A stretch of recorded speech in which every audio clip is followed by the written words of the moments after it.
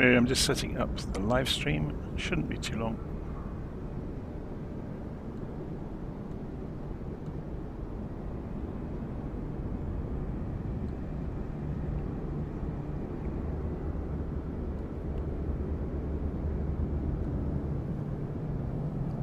Okay, let's just check the volume levels. So it's at 100% at the moment. Shouldn't be too much of an issue. Maybe we turn it down a little bit. Okay, so today we are answering the call from somebody that emailed me a couple of weeks ago. And they asked if I could do a beginner's guide, essentially, of flying the A350 throughout an entire flight and to not involve air traffic control, so I get to chat uninterrupted and try and explain everything we're doing as we do it. So we're going to fly from Gatwick. This is the new Inibuids Gatwick Airport in Flight Simulator, and we're going to fly over to Frankfurt. I'm not sure which scenery I've got installed for Frankfurt. It may be the detailed one. I don't think it is, actually. It's just the stock one, but I think the stock one's pretty good anyway. So we've got the A350-900 on the ground in front of us. It's functionally identical in terms of operating it to the 1000. The 1000 is just a bit longer. So you've got less chance of tail striking, I guess, in the 900. But anyway, let's go and jump inside the cockpit. And first of all, we're going to go over to SimBrief. So I've generated a flight plan already in SimBrief. All I did was put in the departure and the arrival airports, chose the aircraft type, and clicked generate, and it got on with it. So we're just going to go with whatever we've been given. So let's go and have a look. I've taken the liberty of already loading the plan into Navigraph. If we just close off that diagram, so you can see there's us leaving Gatwick. The interesting thing, I think, about the flight plan is we are only going to climb to 23,000 feet. So it's going to be quite low level. So we should get fairly good visuals, unless the cloud base is rubbish across Europe. But we should get quite good visuals as we go across Belgium and into Germany, obviously. I'll be able to see what we're doing along the way. Okay, so the reason I had this plugged in to show where we are on the airport is obviously we'll need to taxi out to the runway. So we are departing on runway 08 right, which is obviously the longer runway at Gatwick, which is the operational one. Because we haven't got ATC, we can pretty much make our own route out to there. So we'll be going Juliet and Golf, but we're obviously not ready to do that yet. So I'm going to be working through a functional procedure of my own invention to get the airplane up and running. So it'll be interesting to see if the procedure is still accurate, because the A350 has been updated several times. So it should be okay.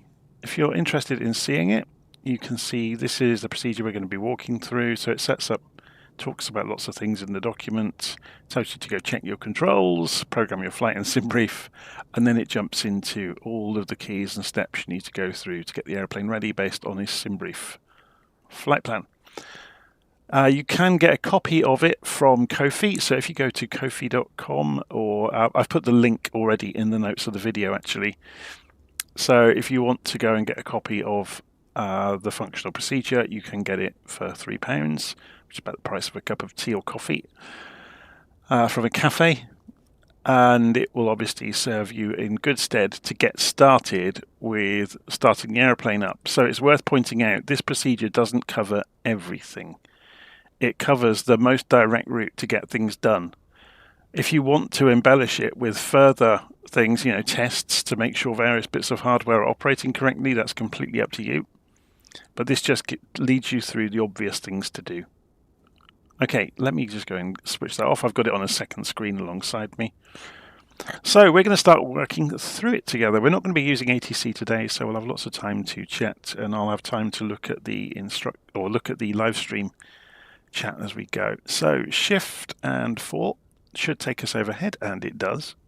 We're going to turn the batteries on first. So BAT 1 to on, BAT 1 emergency, and 2 emergency on, BAT 2 to on. and then external power 1 to on, which is showing as available down there. And you'll hear fans come on around the cockpit around us.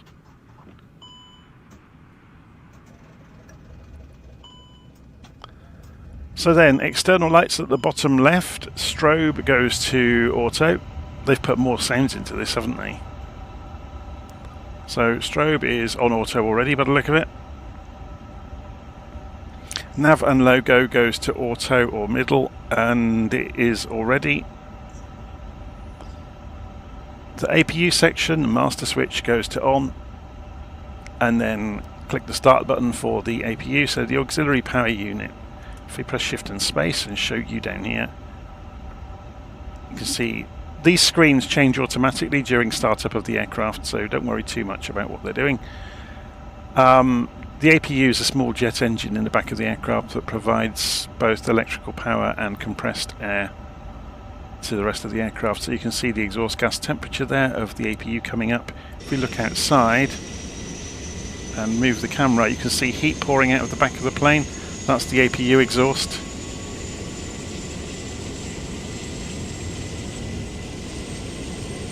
And there's the inlet for it there, look. So that's why it says flap open. Okay, so we have the APU is nearly up and running.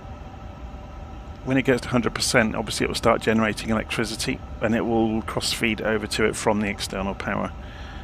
Automatically, we don't have to wait for it though, we can get on with other things. So if we go back overhead with Shift and 4, we can go and put the crew supply oxygen on, and then put the emergency exit lights to armed. No smoking, and we'll put all of the seat belts, the no smoking, and the no mobiles to auto. And then the ADIRS system, so this is the inertial reference system.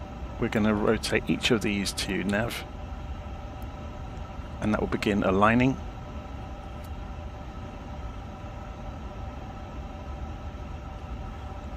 Okay, so then down in the cockpit we're going to go look at the options page. Oh look, it's doing auto saving, that's interesting.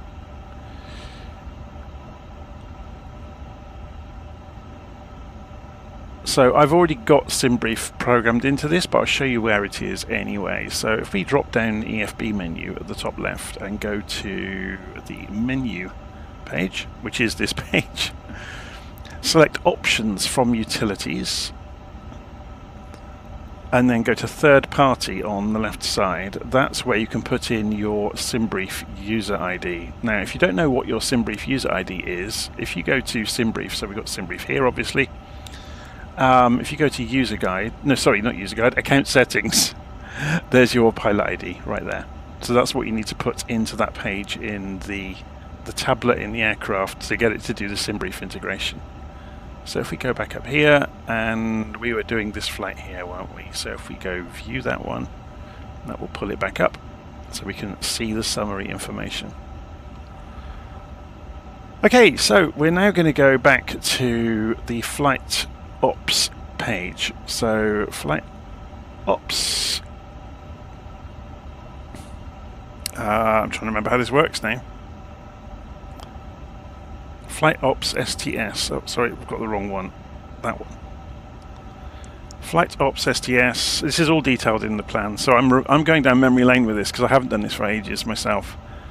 So then we select SimBrief import and it should pull the details of the flight in for us, which it has done. Then we go to the load sheet page down the bottom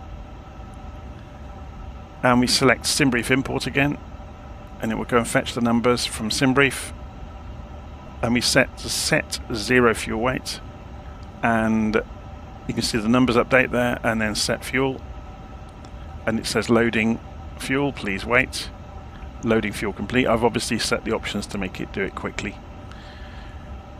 So then on the takeoff performance page, we can come in here and we can select sync SimBrief. So it pulls the numbers from SimBrief. Select sync to populate the weather data at the bottom left. Here we go. So it's gone and pulled in the outside air temperature. And then select compute.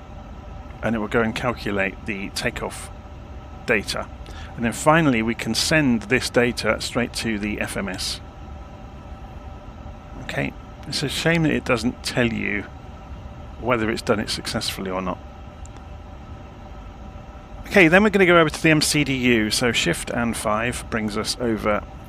I don't know if it's still called this in the A350, but yeah, the system where you're going to program your flight.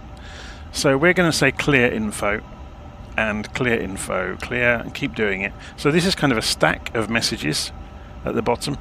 So if you just keep clicking clear, and then eventually they'll all go away. We're going to do a company flight plan. So we're going to press the init button now. This is where it gets interesting because you need to see this as well. So I'm just using the mouse to move the screen. So we're going to press init. And we're going to do a company flight plan request, which basically means the integration with SimBrief. So it says request pending, and it now says received company flight plan. So we select received company flight plan and we say insert. And that pulls all the data from the flight plan into the screen, and then we can clear the info again. So it's saying company flight plan received, waiting for insertion, which we've already done. So then we can set the departure information. So we're going to go and press the init button again, and then select departure. Where are we? Here. So the reason for pressing init is you get this nice front page where it's got several options in here. So we can go to departure, and we can go and set this up according to the SimBrief summary page. So we're doing the Audi to Zulu departure out of runway 08 right from Stansted. Not from Stansted, from Gatwick, sorry.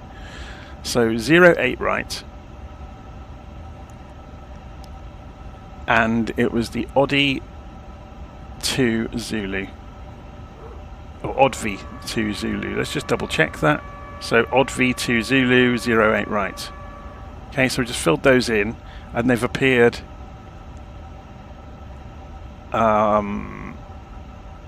Yeah, we got the 08 right, ODV to Zulu. There was no transition involved. So then we say temporary flight plan. So that shows you it in your flight plan, but you've not actually done it yet. So if you say insert, then that goes into the flight plan. Hopefully you can't hear the drill that's about to come through the wall from next door. Okay, so having done the departure information, we can then set the fuel and load information. So we can press the init button and then select takeoff performance and then confirm to SPDS. Where is it? Oh,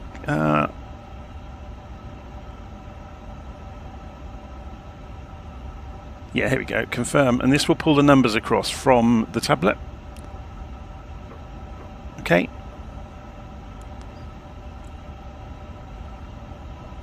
And that's done that. You can do this company takeoff request as well. I'm not going to do it today. So then we're looking to see that the V1 is populated VR. So this is your decision speed, this is your rotate speed, this is your minimum flight speed essentially. Flaps, we're going to need flaps 1 then, is put the center of gravity in for us having the trim setting. So we're good to go with that. It's interesting, look, it's going to a flex setting for takeoff rather than toga. We don't have to use the data that it gives us, but we'll go with what it says. So flaps 1, we have to remember that. So we'll be using flaps 1 for takeoff. So let's come back to the flight plan page, and you can review it in here. We haven't done the arrival information yet. So we can go to.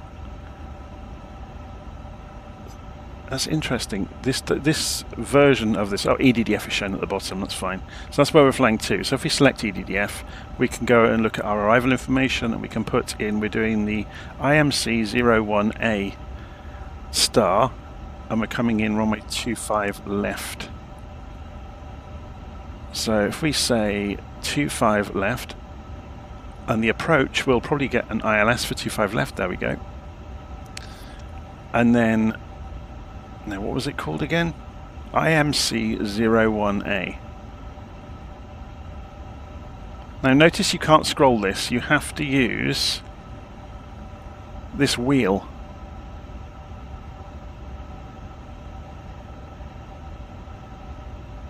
What was it? IMC. Oh no, that's interesting. Where's IMC gone then?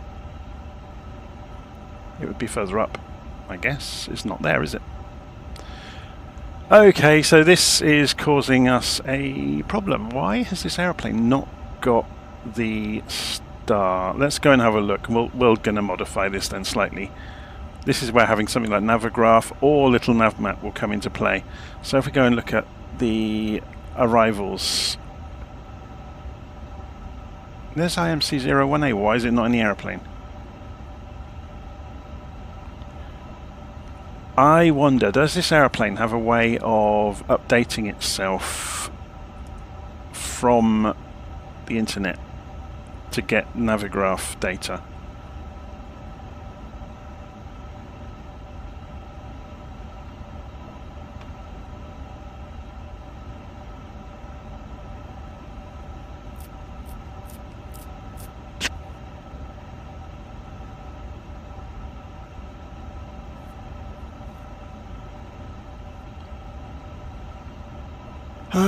Does anybody know? Is it in sim options? Yeah, someone's just saying this. It's in sim options. So if we go into here, Navigraph, this may mean we have to reprogram. Switching nav data will clear the FMS. Yeah, we'll have to go redo it. It won't take long. So we're using Navigraph. We'll update the nav data. Yeah, it's saying it's out of date. So this aeroplane, this is a common theme with aeroplanes in the simulator these days, that they do this, where the Navigraph update is in the aeroplane itself, and I just forgot to do it. So that's a really good thing. I ought to put that in the procedure notes. So we're going to have to come back down here.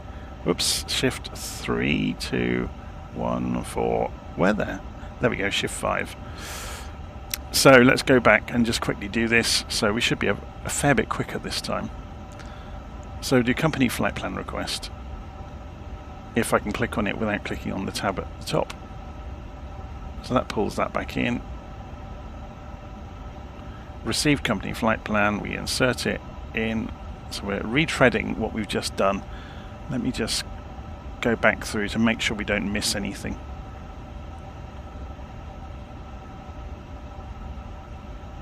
So then we can clear the info at the bottom of the screen, come back down, press the init button.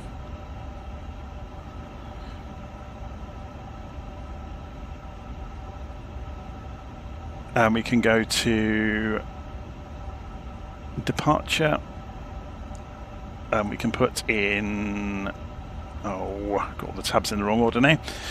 Odd V2 Zulu 08 right. So 08 right. SID is odd V2 Zulu. Put that in the temporary flight plan, insert it in. Go and do the fuel load. So if we go to init, we go to fuel and load.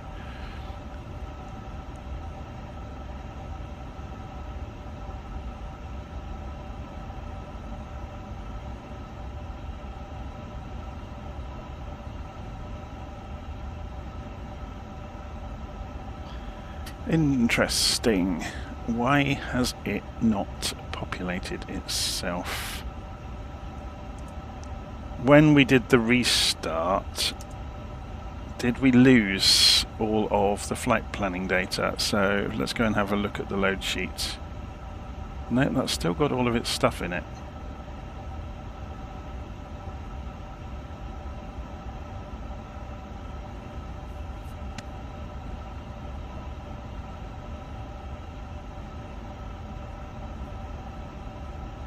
I'm just stepping backwards through what we did earlier.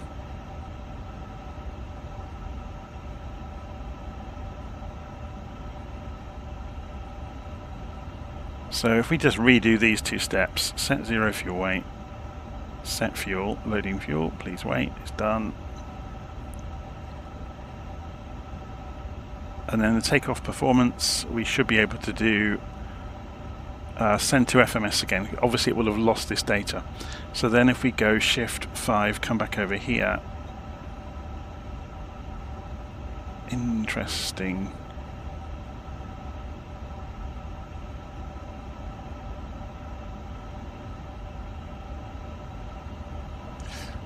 That's interesting. So it hasn't sent, because, let me just have a quick look at this. Because we went out of step, it's lost some of the nice things that we can do. So if we go SimBrief import on this again, and set 0 fuel weight, and set fuel, then go to takeoff performance. So sync SimBrief, sync the weather, compute it, send that to the FMS, come back over to here. See, I wasn't expecting to have to fill all this in by hand, but we can. Doesn't make a big difference. So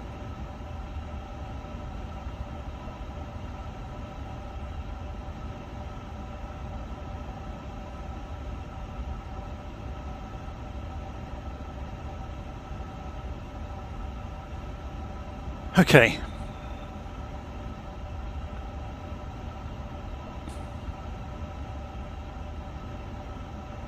So we're going to pull this back up on the load sheet and just key it in.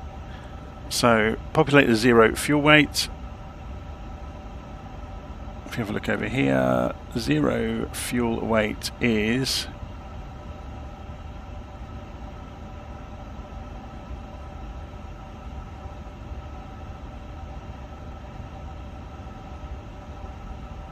I'm just looking through the data here to see what we've got. 167,651. So we want it in tons, so 167.6.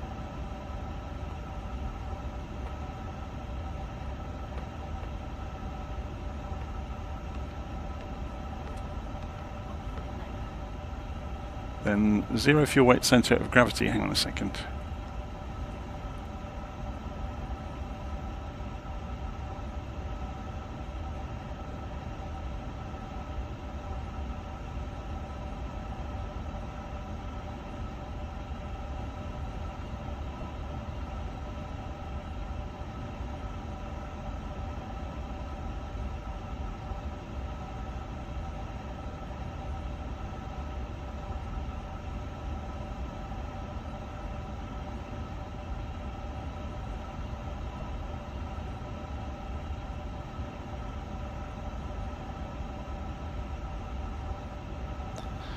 Apologies for that. I'm getting pulled in 4 directions at once here, which is half the reason I've got half this wrong. Okay, so we got the 0 fuel weight. There's a fair amount of panning around to do this. So we then press enter, and that populates it. And it doesn't go to the next box, which is interesting. 0 fuel weight center of gravity then is over here. 0, that's interesting. Let's click refresh. There we go, 29.6.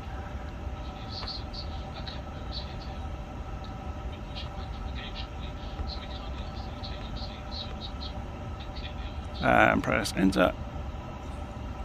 And then block fuel.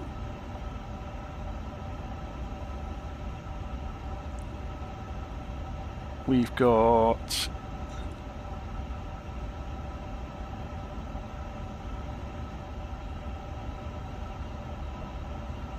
fuel load 13.019, so 13.0 or third, yeah. So block fuel,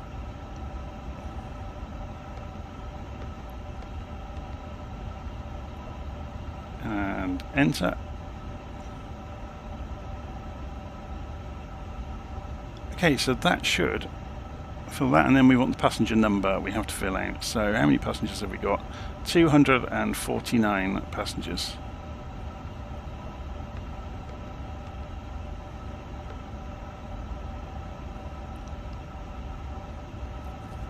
Okay, so then we are going to go and press init and do the takeoff performance again. So Here we go, confirm the takeoff speeds, that populates it. So that's put the numbers in for us. We get back to the point where we got before, so we were going to do the arrival into Frankfurt. So IMC 01A EDDF.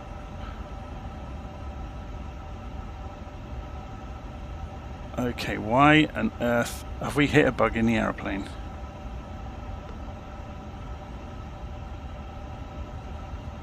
We now can't choose anything.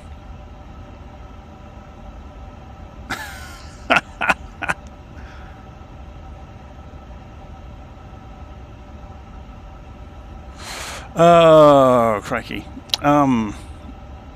Let's come back. Is it because this needs to be... No, this is fine. We can delete the discontinuity, insert that. So then let's select it here and allow it to do it here. Arrival. No, it's still not got any arrival information for Frankfurt. Wonderful. Does that mean that this has somehow failed? Is this a bug in the aeroplane? Let's go back to flight ops options. We're using Navigraph. We've got the Navigraph data on board.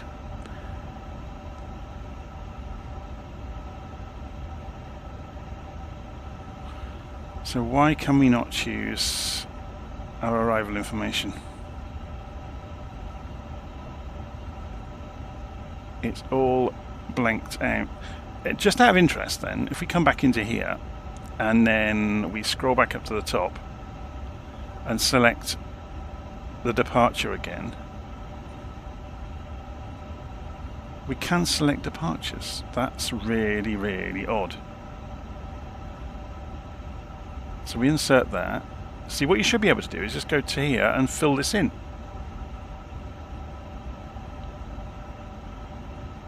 How odd.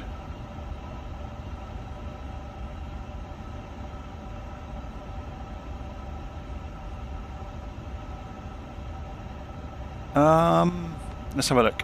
Did we put a cruise level in?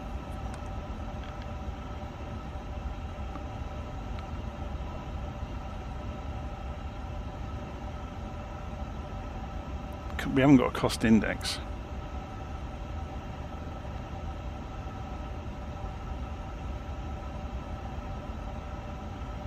How bizarre. Let's see if this makes any difference to it. If I do a company takeoff request and send a takeoff request,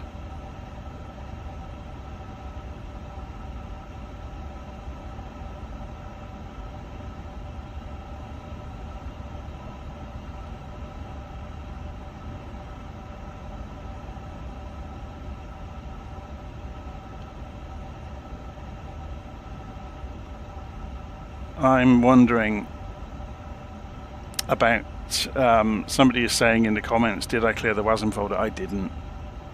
But then I haven't flown it for months, so it shouldn't have had anything in it. This is absolutely bizarre, isn't it?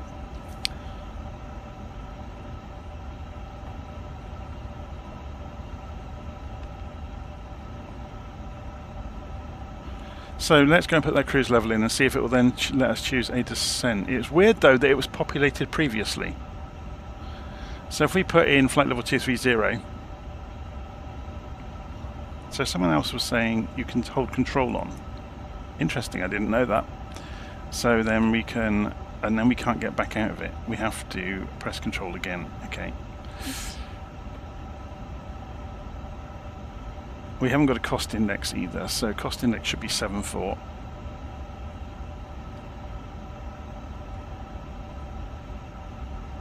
And then press enter. So, if we then go to the flight plan page, select,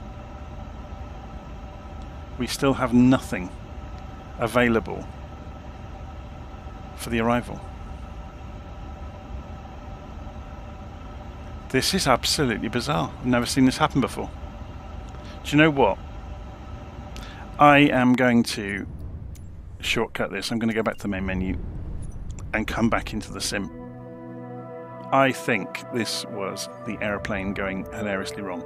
Because we did the midstream nav data update, I think it broke it. So EGKK.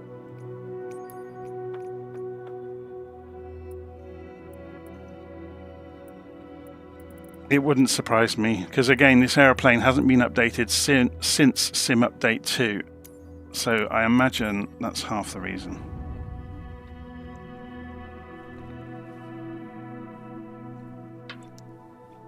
So let's just whiz through that for a third time.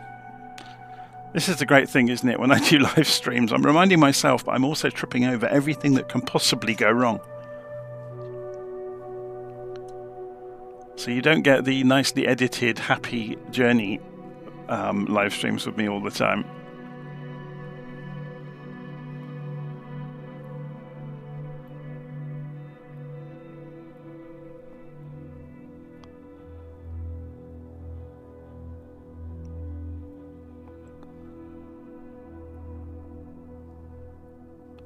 This took ages to load earlier. I'm not sure why, whether it's this giant version of Gatwick that slows it down.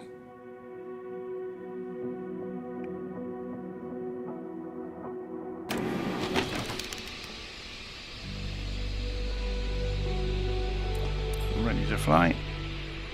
So we are going to walk over and take these covers off. I don't think there's anything we can do about the chocks. We have to do that in the aeroplane, I think. Unless that's a bug. Because I noticed this earlier. I came over and clicked on the chocks and it was having none of it. So I think that's within the tablet to do that, potentially. We'll find out. So Shift C.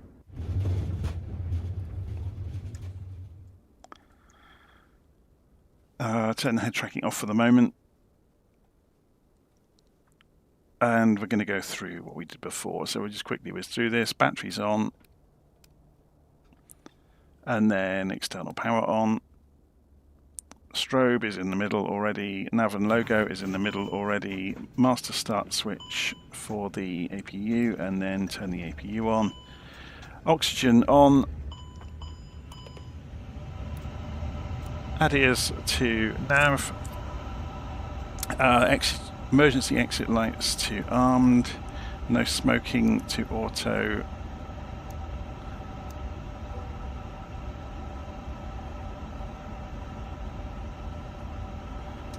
So then within the tablet, we're going to go to flight.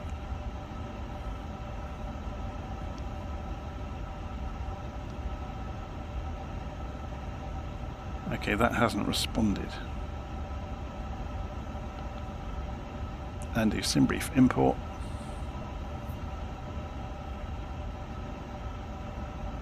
And then go to the load sheet page. Do SimBrief import, set the 0 fuel weight, set the fuel, go to the Takeoff performance page, sync with SimBrief, do that a second time, and we have to sync the weather first, and compute, then we can send that to the FMS.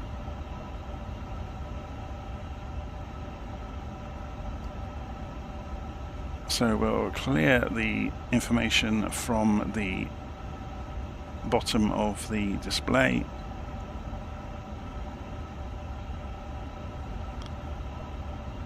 Go to Init, do a company flight plan request, insert the flight plan,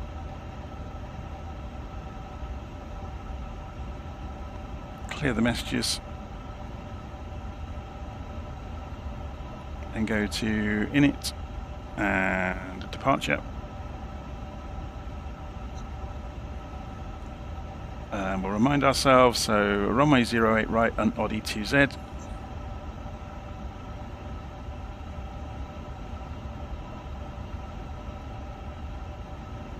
And we put that into the temporary flight plan and we insert it.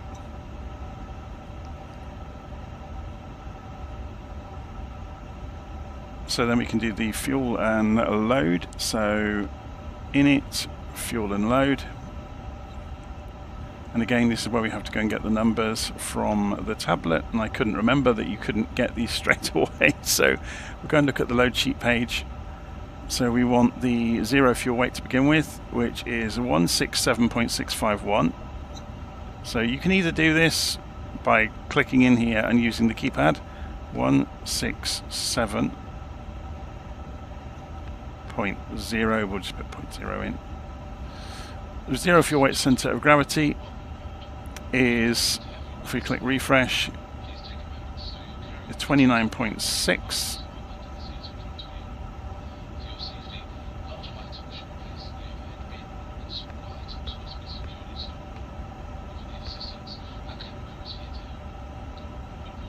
Number of passengers, also block fuel first, so fuel load 13.0.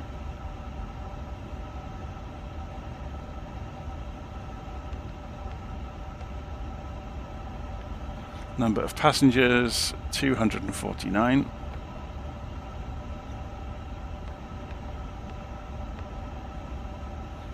So if this does fix what we were looking at, it'll be interesting. So then we'll go... did I put the cost index?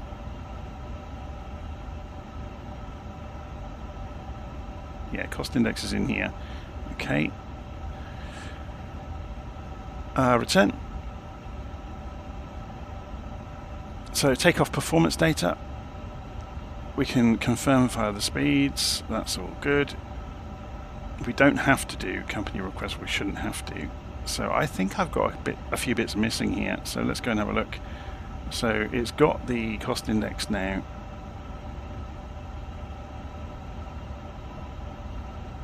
That's all looking fine. So here's proof time. So if we come in here, we go to the flight plan, select EDDF, and it's lit up this time. So it is a bug in the aeroplane. If you load the data midstream, it messes the aeroplane up. So 25 left, IMC 018.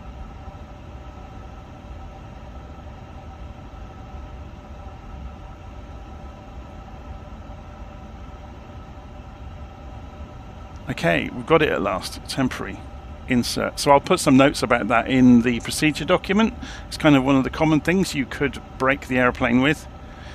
So we've got all of that in now. We can clear the information out. So did this pick up the...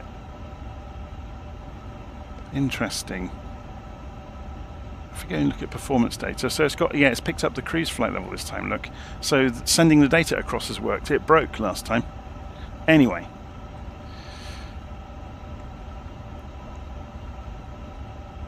So we've done that. So shift 3. We're going to configure the radios for whatever we want to do. So we're not, obviously you're not going to need the radios because we're not really playing with them today. Go and set the QNH for the altimeter, so I'll press comma to shortcut doing that. Shift and 1 will show us the FGCP or flight guidance control panel. So we're going to set the initial cruise altitude, and because we're not using ATC today, we can just go and put this straight to 23,000 feet.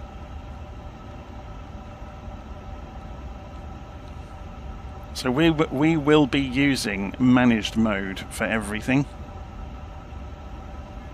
So we push these in to select manage, so you can see that it's got hyphens, which means it's got all the data it needs.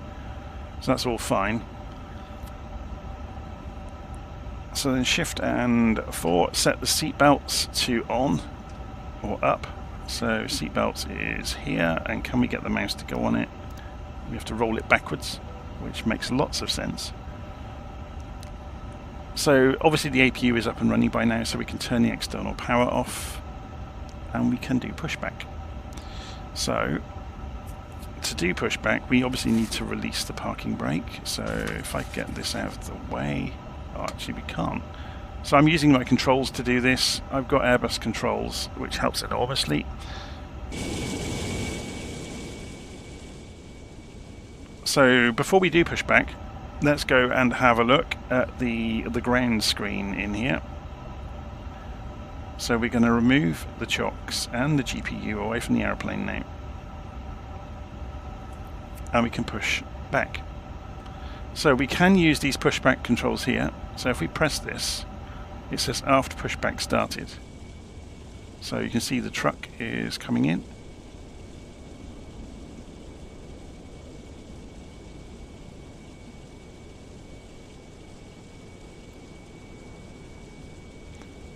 And remember, we're going down to that end of the runway, so we want the tail to go to our left.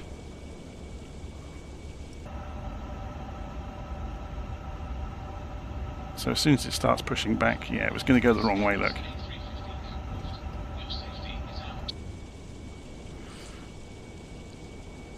We can start engines while pushing back. We're not going to, we're going to wait, so I can explain what's going on with the engines. So this is fun. Coming across these various hurdles with things that maybe don't quite work right is really valuable, because if other people see the same things happen, they'll know it's not just them. You know, it's not something they've done wrong. It's that some of these airplanes have tiny loopholes that you can fall through.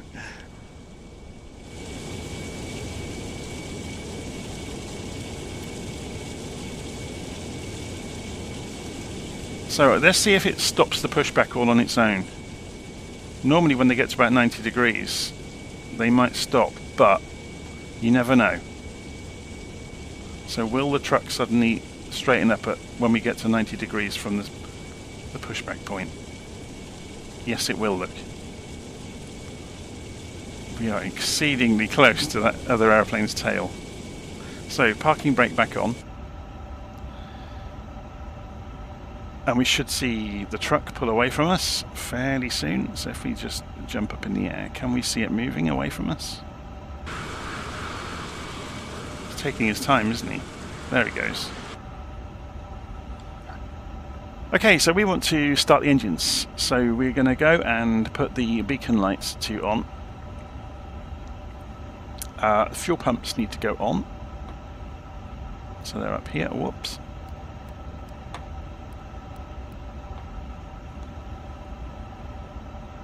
And then the APU bleed needs to go on, and that's down here. And we can start engine number 2. So we turn the ignition system to start. You'll notice that changes the screen here. Wait for the numbers to come up. And then we can advance the starter for the engine. So you saw the lever slide forward there, and it comes up, and it's fully automatic on the Airbus. You don't have to worry about it.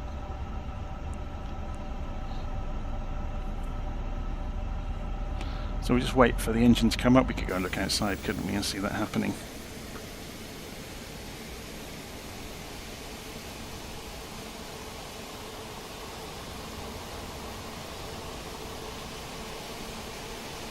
The animations are great, aren't they?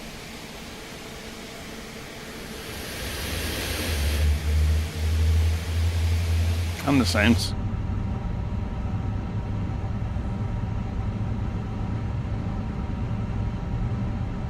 So as soon as the highlight goes out, we're good to start the other one.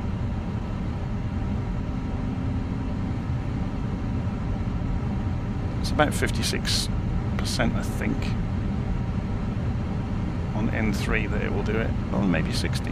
There we go. So then engine number 1 can fire up. So it's now saying that it's available.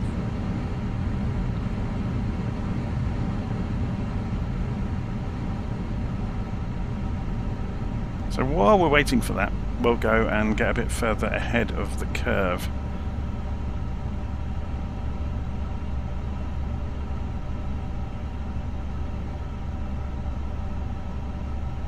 Oh, actually no, we'll wait.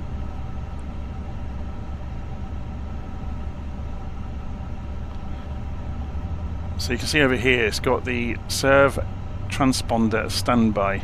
Now obviously we're not using ATC today, but I can at least show you where that is. If you go to serve down here, you can set the major mode of the transponder. So we can say it's at standby at the moment, we'll put it on auto. Obviously you could put your squawk number in if you're using ATC. And you can set your initial TCAS mode. We're in standby at the moment. We'll change that when we get to the airport, to the runway, sorry. So engine's nearly up and running.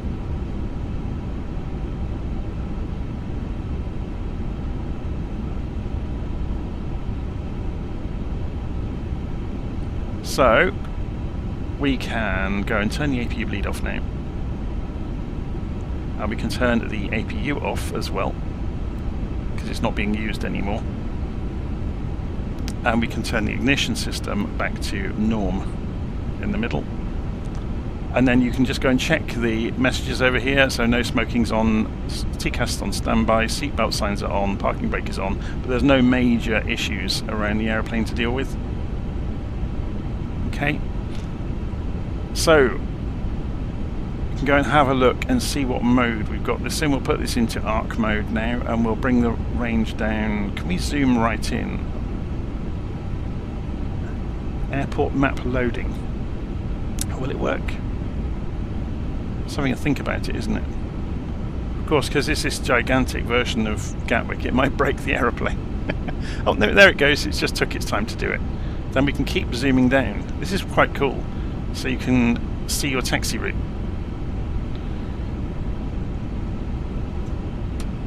So we'll put flaps to 1 as well for takeoff. Just doing that. And then we've got the engines, we've got hydraulics as well.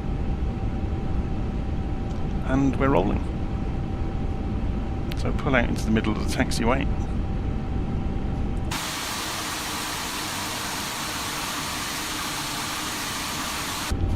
Now, did we put the taxi lights on?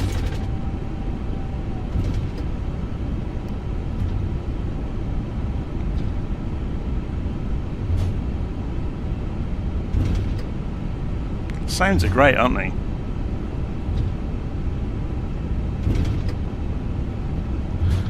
So as you will have guessed watching this kind of walking through configuring the aeroplane, so flaps are to take off, auto brake should go to rejected takeoff. So we haven't done that yet either. But these are not necessarily, you know, absolutely required, but I'll show you how to get to each one. Well, I'll wait till we get a bit closer to the runway. Should we try out head tracking as well?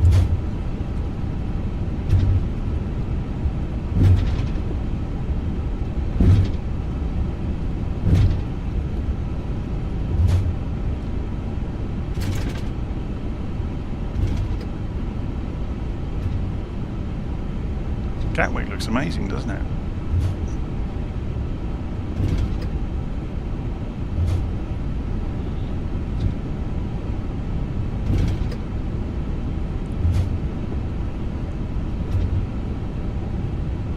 And we have a missing texture on an aeroplane. It's always fun when that happens.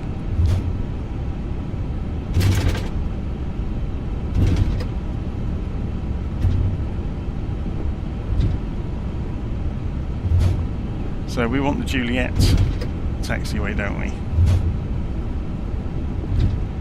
So I'm presuming we can go either side. Okay, there's somebody slewing.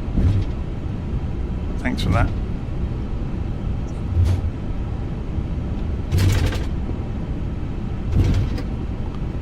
So let's have a look at the map on Navigraph, and we'll put this onto... Actually, we'll leave that alone.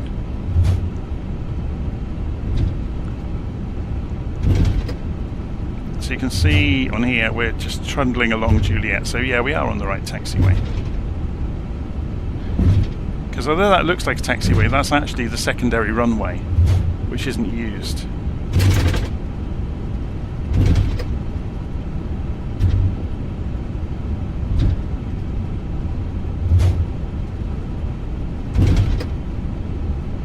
So cabin is ready, ground spoilers are armed. Oh, sorry, we need to arm them. That's that done.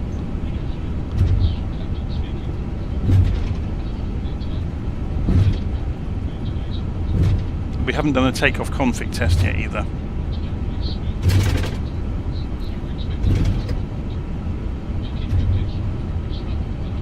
So So auto brakes can go on. So when we pull up at the hold short point for the runway, we'll do the takeoff config test. There's a button right here for it. So it just does a quick check of all the systems to make sure they're in the appropriate positions for taking off.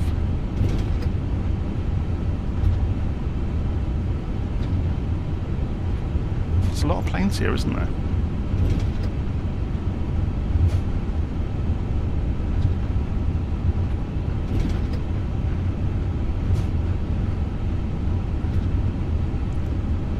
So I just want to say one of the huge benefits of this entire community is what's happened during this. Obviously we hit a bug with the aeroplane on getting the aeroplane ready for flight, and the way everybody dived in the comments with helping to problem solve was absolutely fantastic. Of course we didn't know that doing the midstream update would break the aeroplane, but it was fantastic to see all of the ideas being thrown into the hat. I will admit, as soon as I saw it going wrong, I thought this is a bug, but I'm always loath to say that because I'm never quite sure, because I don't fly these planes often enough. You know, whether it's just I've forgotten something or the aeroplane's acting up.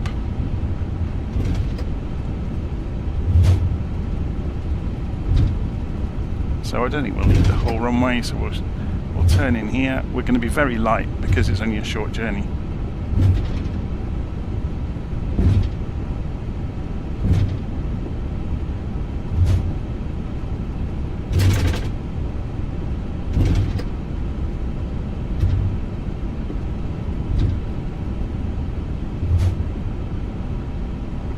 Okay, so back on the parking brake for a moment. Turn the head tracking off. So what we're going to do is go and press the takeoff config test button. And it should come back saying normal.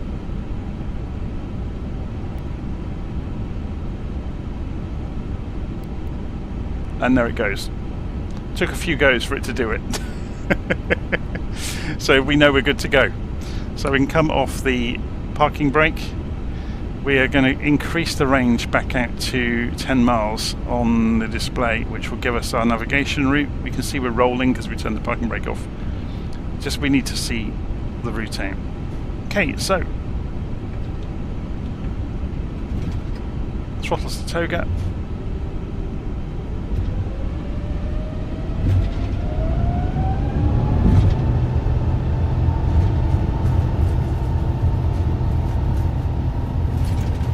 Watch out for the rotate speed to come through on the indicated airspeed ribbon. This thing accelerates so quickly, doesn't it? V1. There's a bit of wind there as well, look. So gear up.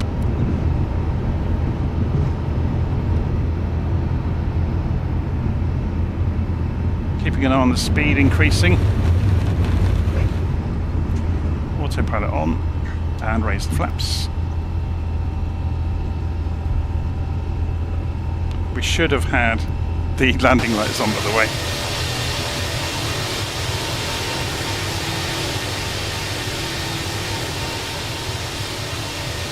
Look at the wind pushing us sideways. So you can see the autopilot yawing to try and correct that. So we've still got TCAS on standby, so we'll go and put that onto TARA now. And it's saying speed limit exceeded. Did I not set? Why is that? Oh, of course. My bad. I didn't pull the throttles back to the climb descent in time. So while we were busy admiring the view behind us, I should have been pulling the throttles back to climb descent. So we were on toga for too long, which meant we went faster than 250 knots, so we broke a few aviation laws there pretty quickly. We were just coming up to the transition altitude, by the way, which is 6,000 feet. So we'll change over to standard barometric pressure when we get there. We can do it now, to be honest. There we go. Now we have to do it both sides.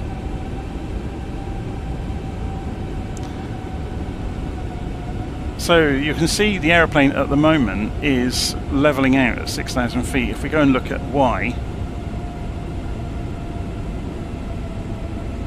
you'll probably find there's a constraint further down the road. If we go and look at the standard instrument departure that we're doing, yeah, up to 6,000 feet, look, for the first few legs until we get to Gatwick. So it's stuck basically at 6,000 feet. Can't go any higher.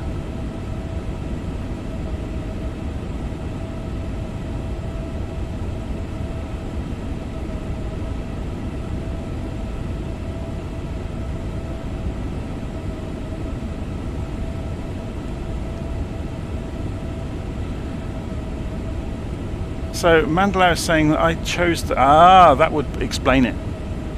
Well spotted. So when we had the problem with the flight plan, with choosing the appropriate star,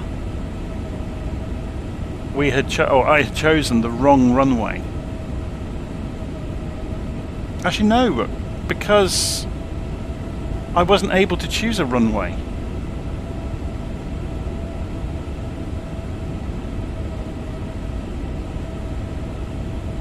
Oh, the first time. Maybe. But I still hadn't got the up-to-date Navigraph data, which would have caused its own problems.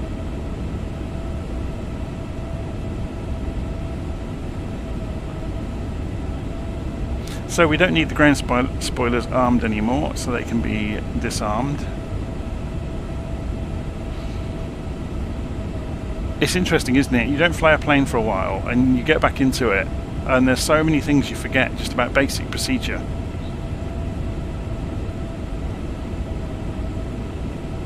Which is why it pays to have the written notes just to review before you do it. And obviously you saw me doing this live without having reviewed them. So it was interesting to see the kinds of things that you either miss or slip up on or completely, ignore. So we still got flight level 060 constraint at Gatwick, but then we climb. Look, there's a little marker there.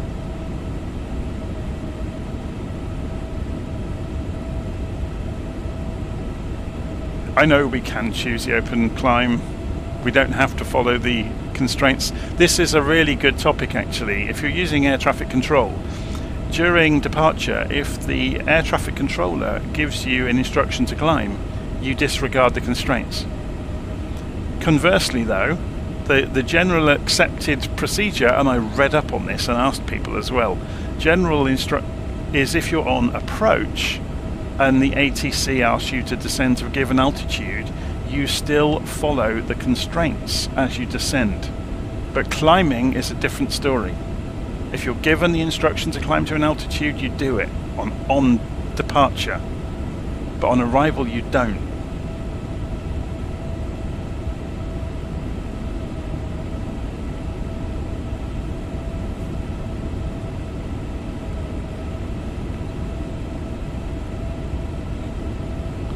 So it's interesting, isn't it? The configuration of this aeroplane is really just about programming in the various numbers, and on the init page going through the various pages and doing things.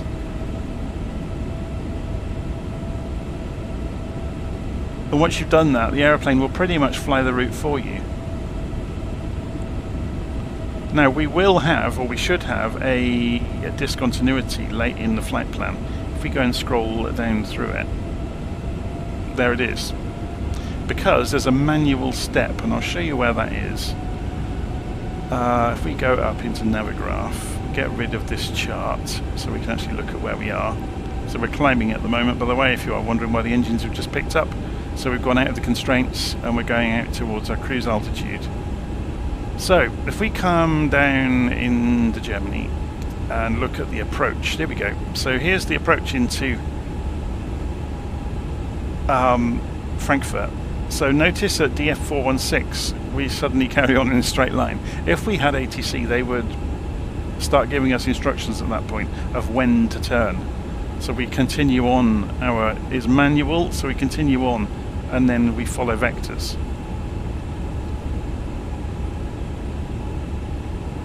because we're not using ATC today, I guess we can do the same trick. So we'll go to selected heading mode when we get to this point, and then bring ourselves around to face the F626, which is there, yeah? So we'll turn ourselves around without using the autopilot on managed mode.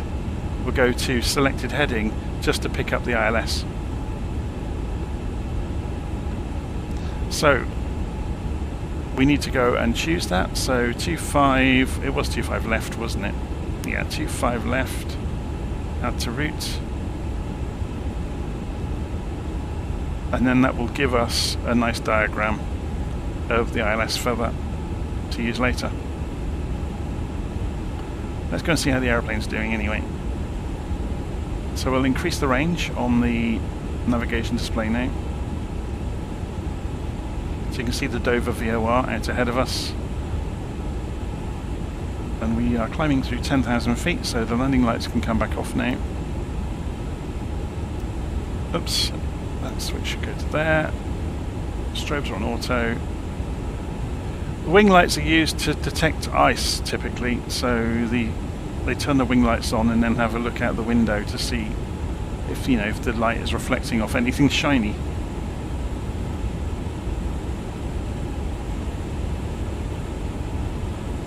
So just to show what everybody was talking about with open climb, at the moment we're doing managed mode, so I pushed forwards on this, which will allow us to go to 23,000 feet.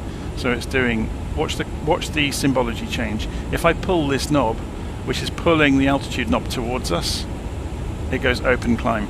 So it's us saying, get us to this height, disregard the flight plan, or, you know, the most efficient route, just get there. If you push forwards on it, it just goes to climb, which means managed mode essentially. Notice there's a box around the last thing you've selected, and it will disappear after a few seconds.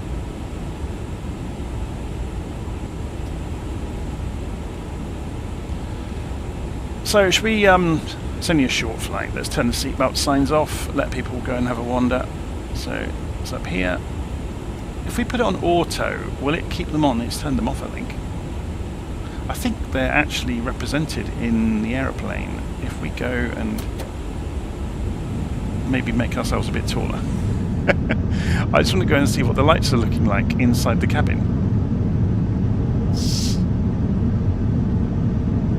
Are they modelled? Oh, I don't think they are.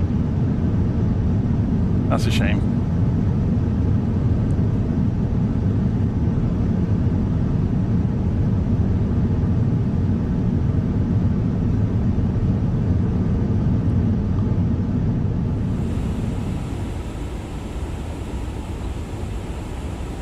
I'll leave the door open, seeing as I have an empty aeroplane by the looks of it. One day I'll have to get the, is it GSX, the add-on that adds people into the aeroplane? I think it'd be good fun.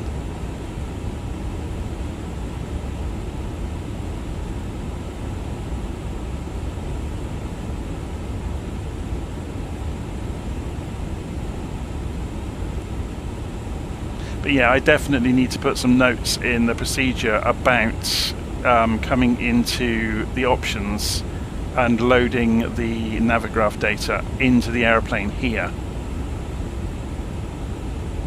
Cannot change it while the engine's running. You know, that would be pretty disastrous, wouldn't it? So let's have a look at some of the other things that are in here. So you can actually change the behavior of the aeroplane quite remarkably. So yeah, I've got instant IRS alignment, which is why we got such a quick reconfiguration going on.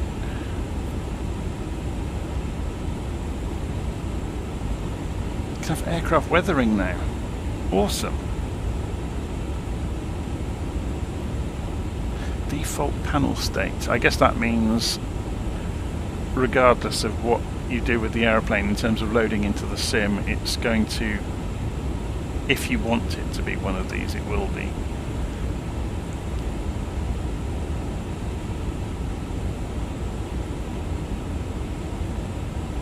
Lido or Navigraph charts. Interesting.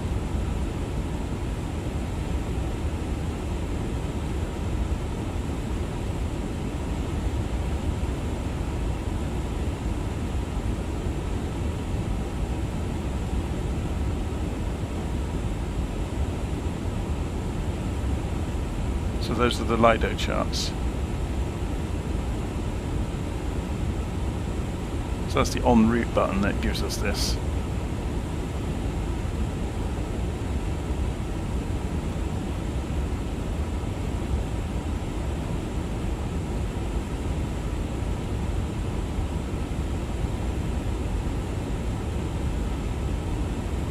So say we wanted Navigraph charts, and we come back in here.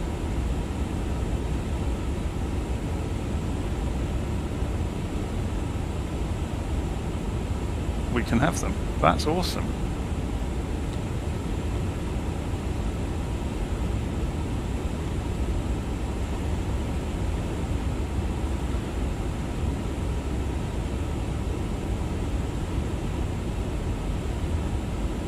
Very cool. So IFR, we're only at low altitude, aren't we? That's probably a nice one to use. Can we pull up Navigraph plates in here then as well, or not? I wouldn't have imagined so, but...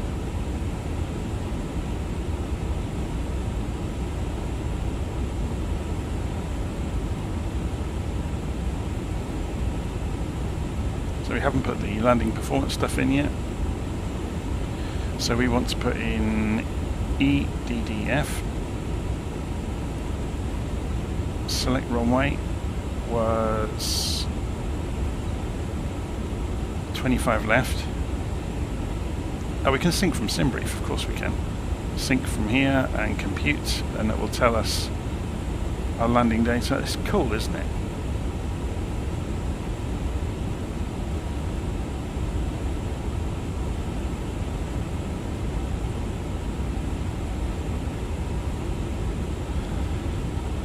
Okay, so just having a look at the live stream comments.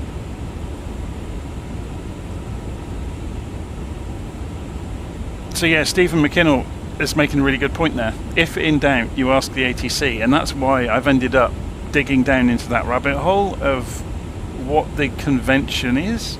And again, it differs from country to country, which makes it really complicated.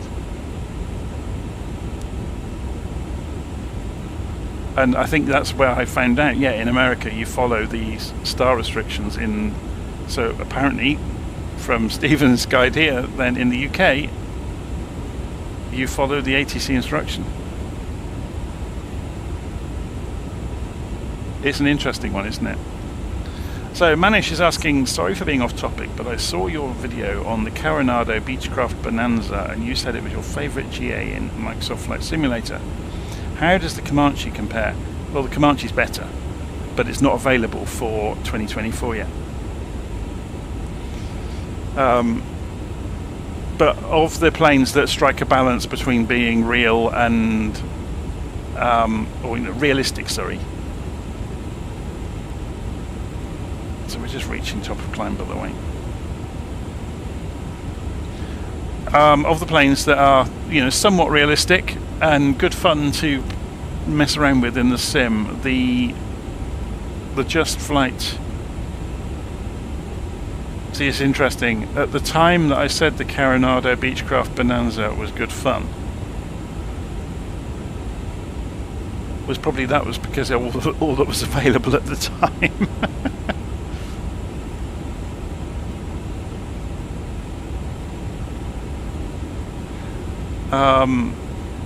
But yeah, it's an interesting one. I tend to like all of the aeroplanes, and I know a lot of people are very critical about minor details in the various different planes. So we just check the volume levels, by the way. You can hear me over it, can't you? Let's turn it down a bit more. I know some people are very critical over, even minor inaccuracies, but I tend to look at it more from the point of view of, can I have fun with this aeroplane? And if I can, and that really relies mostly on, does the plane behave in a consistent and predictable manner? And if it does, then I can work around it, maybe not working the same as the real one. And I don't mind that. So let's go and increase the range over here, by the way. And put it on arc mode.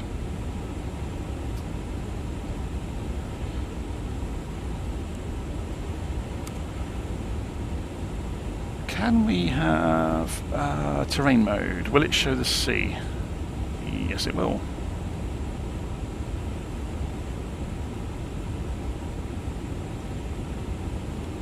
So you can see at the moment we are just about to cross over land. So it just struck me that this might be interesting to see the terrain mode. What about the weather radar? Does that work these days?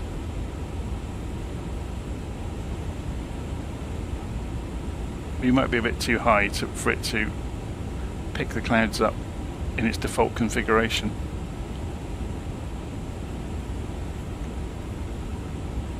We'll leave it on so when we descend we'll get to see that. If we increase the range, 80 miles.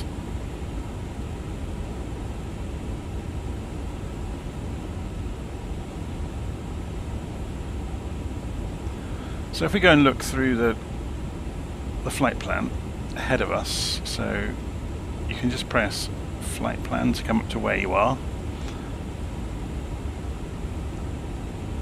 So top of descent is after IMCOM.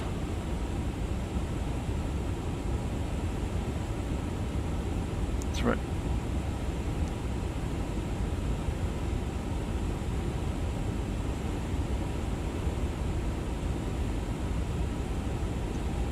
I'm just looking at the waypoints along the route.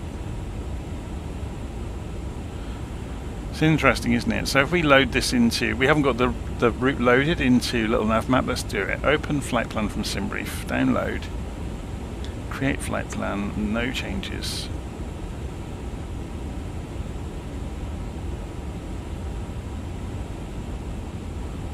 So you can see there's IMCOM. So that's right in the beginning of the star. Yeah, it was further down, I didn't spot it earlier. I keep forgetting we're at such low altitude. So go out and have a look.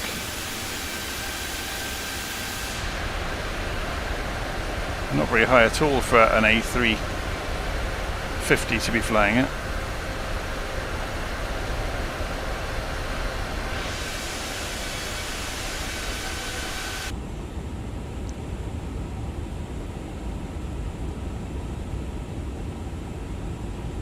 Somebody on TCAS right in front of us.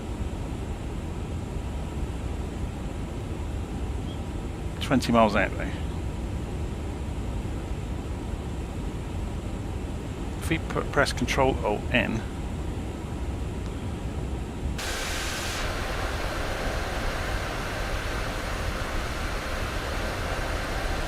maybe that's interesting. Why are they not showing up?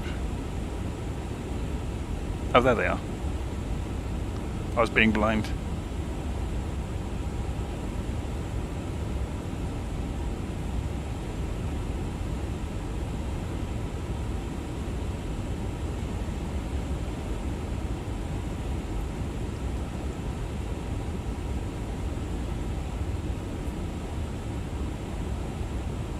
So this is the first time I've flown one of the big jets since Sim Update 2 arrived, so I'm quite happy to see that I'm not being afflicted by any of these performance problems that anyone else seems to be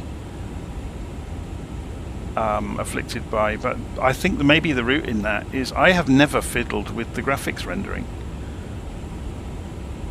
I've never done anything to try and optimize frame rate. I've just gone with defaults everywhere, and I've never had any issues. I tend to be of the mind the more you tinker with something, the more fragile it becomes. I may be wrong about that.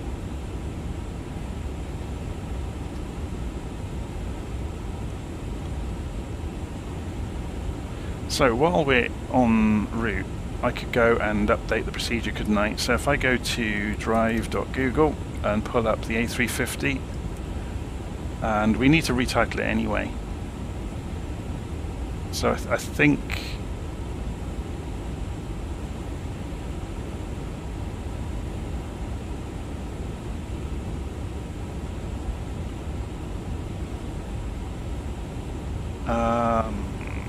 Let's have a look. Where would be the best place to put the extra notes? Probably right at the start, I imagine.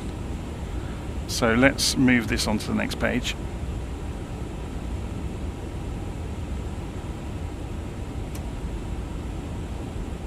Oh, the screen won't be on until the airplane's up and running though, will it? So you need power on at least, so you're at this point. You've done everything overhead, you haven't started programming the route yet, so before you start programming the route, it's in here, is the bit you need to do. So this is set the SimBrief user ID.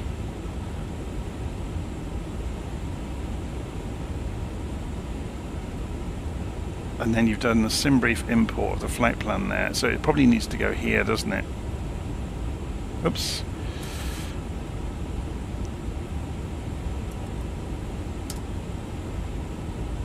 And then options page again.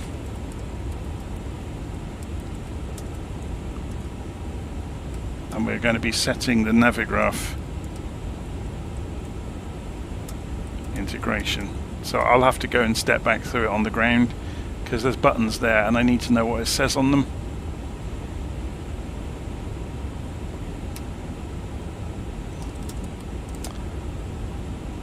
And update database.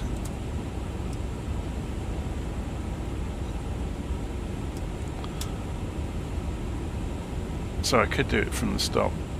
So options. So it's the same route again to get that far, but then it's the button presses, and I don't think we can see them while we're in flight. So if we come into here, go to menu, options, third party, can't see the button, so I can't write it into. I'll do that after we've landed. I'll write to do. It's an old programming trick. So then you just search for to do in your document.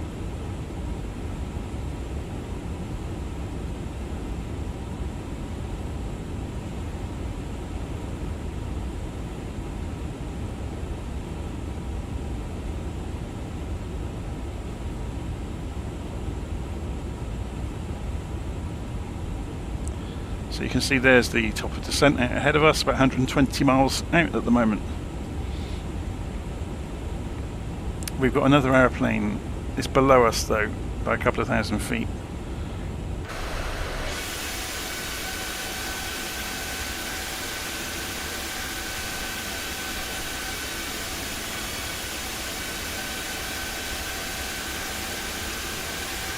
Can't see it.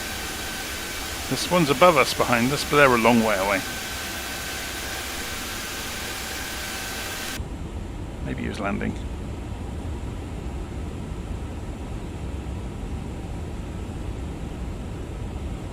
So I've never looked at the settings for the rolling cache. I have no idea what I've got it set to. Should we go and have a quick look? If I go to settings, and I'm not even sure where I would find it.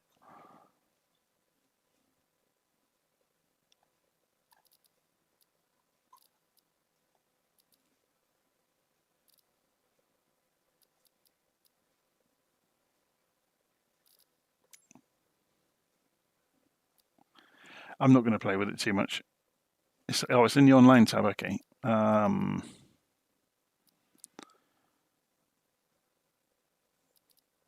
Rolling cache is already on 64. But I've never changed it.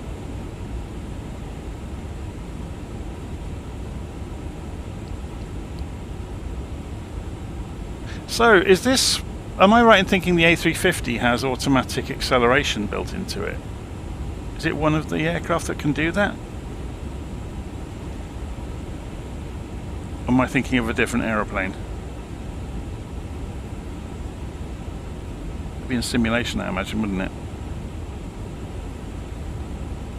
Time compression, auto. There you go.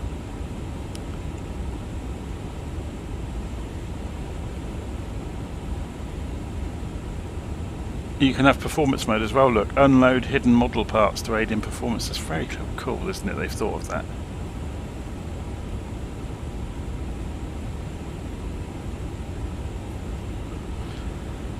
So if we were to turn that on, the simulator would automatically accelerate until we get near top of descent, I imagine.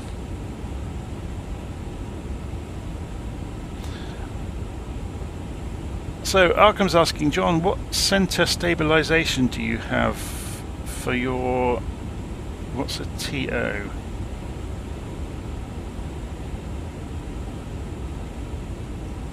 You're just talking about controls.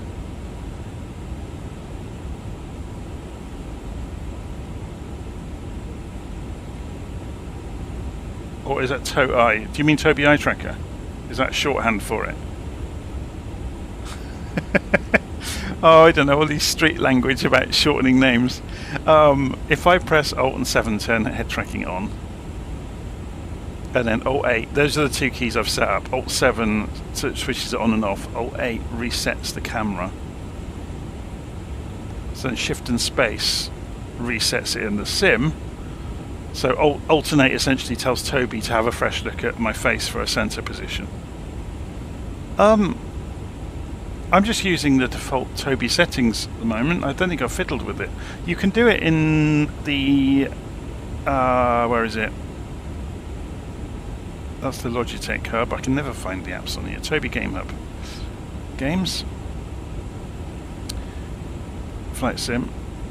You can do it in here. So I have got a profile. So the Game Hub looks directly at your flight simulator profiles. So you can see that they've updated it in here. So if you select this is the profile I'm using for the Tobii. And those are the settings I have. But I think they are the default factory ones, to be honest. You can see I've eye versus head tracking. I wasn't aware that I was using any head tracking, but there you go. That would explain a lot about me getting annoyed with it drifting.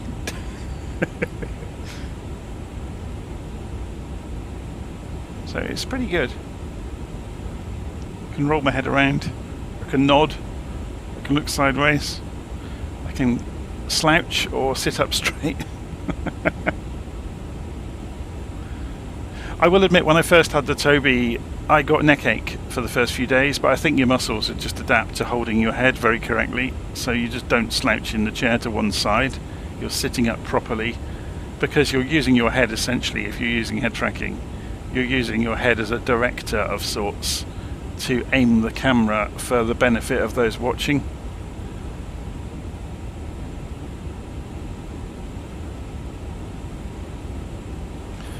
Okay, so we can see we're about 80 miles out from top of descent.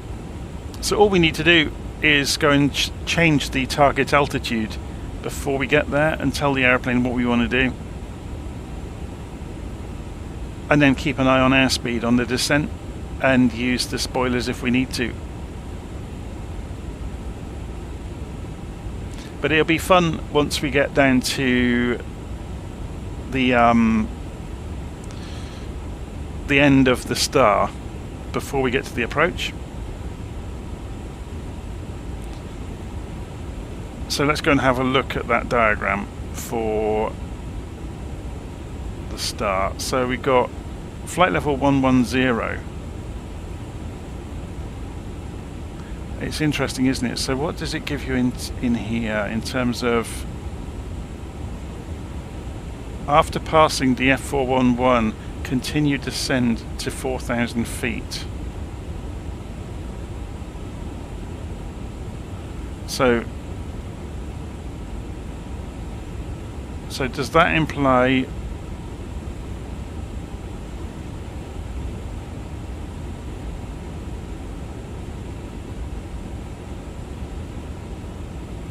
see, this only really comes into play if you've got ATC involved. It's just your general instructions. It's interesting that it's not marked in. It's because there are different altitudes for different situations. So we'll be doing direct.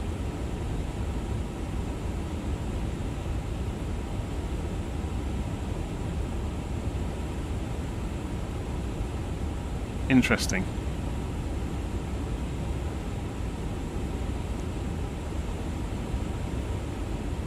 So whereabouts are we at the moment? We're still barreling in across the countryside. If I show you on the terrain map, it'll give you more of an idea. Yeah, so we're still over Belgium at the moment. What's the name of this VOR that we're passing through? Sprimont VOR.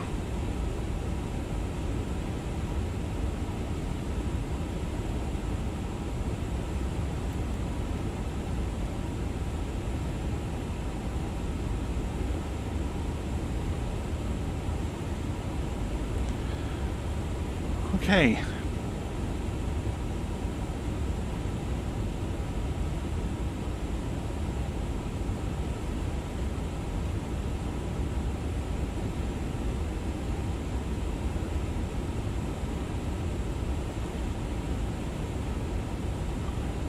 I will admit I have a fair amount of paranoia that I'm expecting things to go wrong. So if you see me panning around on any of the videos looking at controls, I'm typically looking to see that everything looks as it kind of should be. Or just refreshing my memory about what state the aeroplane is in.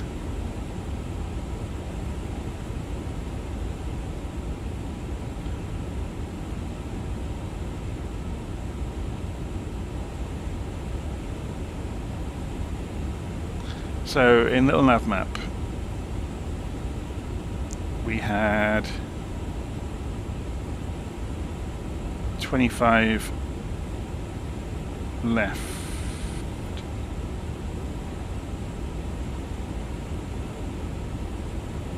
That was imported directly from SimBrief.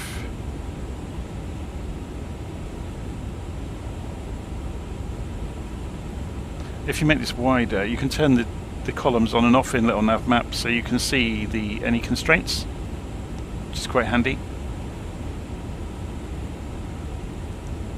So if you haven't got Navigraph, LittleNavMap will do the same trick for you. So it reads the AirAC data in the sim primarily, and it will still give you the similar information. So you can see here's the star coming into play, and we've got the constraints of the altitudes.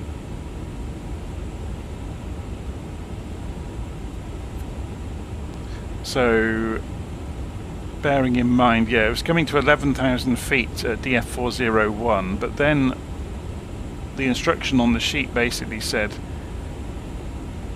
we can start descending from 411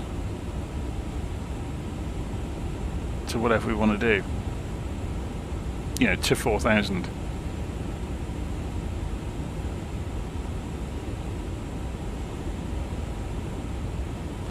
Which isn't obviously as obvious here, and you have to go read this, this is the bit that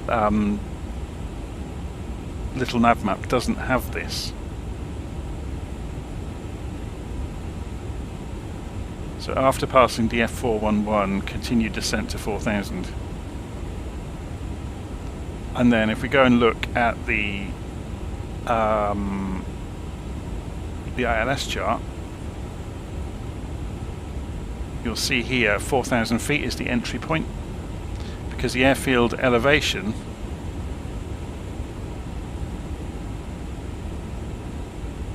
is that our decision height as well? No.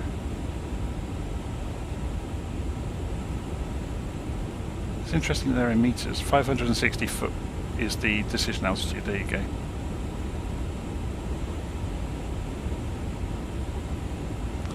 I'm just looking at the various bits of information we've got up here that we can use to our advantage. So transition altitude is 5,000 feet. We will need to go find out the barometric pressure of the local airfield soon.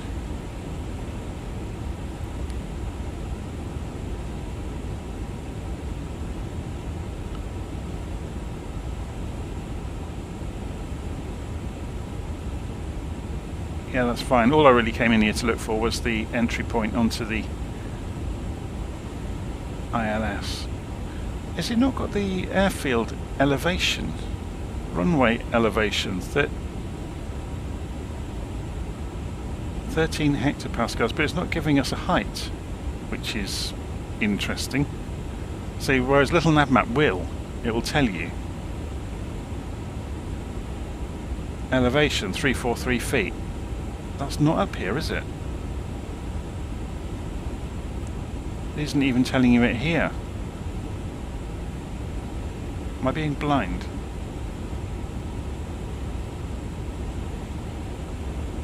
Anyway. Oh, I've still got the labels on. Just turn them back off. So someone saying top left box has got the airfield elevation.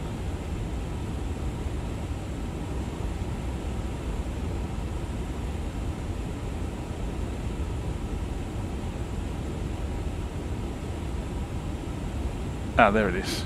Top right box. The other right. The other left even.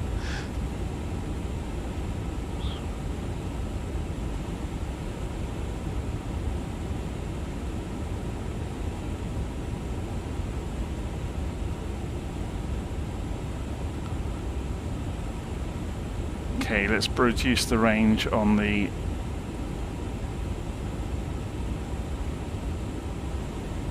display. I'm going to turn off the head tracking. So we've got TCAS showing up a couple of aeroplanes nearby. One of them is above us.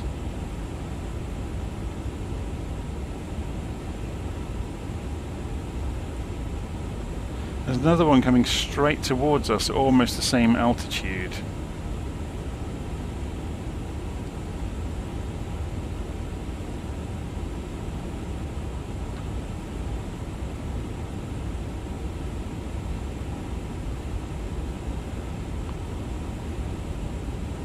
Oh, it's getting further away.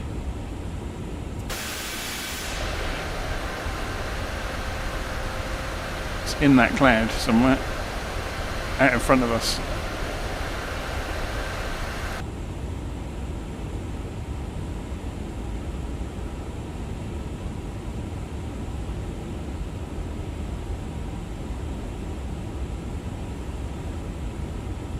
I was just worried with it being that far apart. If it was climbing, by the time it got to us, it could be fairly close, but I don't think it is.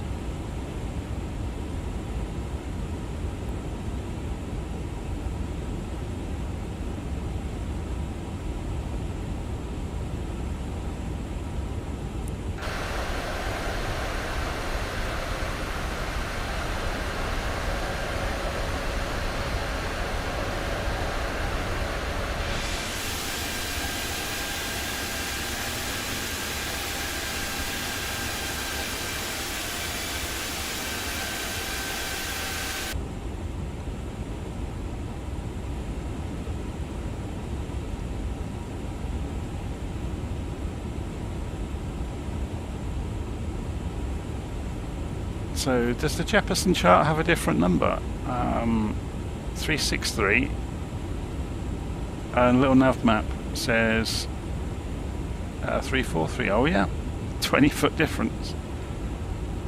To be honest, I think we'll have better visibility than 20 feet, so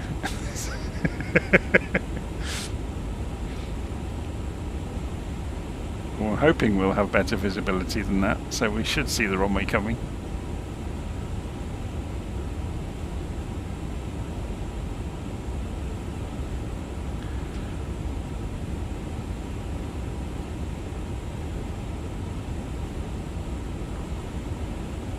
So is anybody going to be watching the Grand Prix later from Imola? I think it might be quite good, but it depends how many manage to skittle each other off the track on the first few corners, I guess. But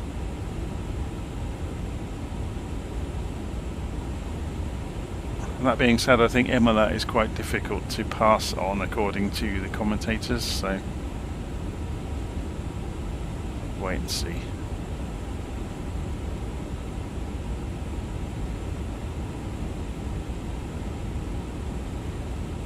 I guess in the interests of the championship, we need Max Verstappen to crash into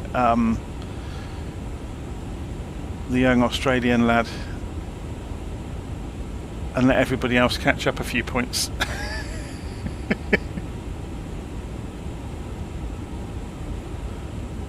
Okay, so FPS Lego says, hi there, I'm a new subscriber. Hello to you too.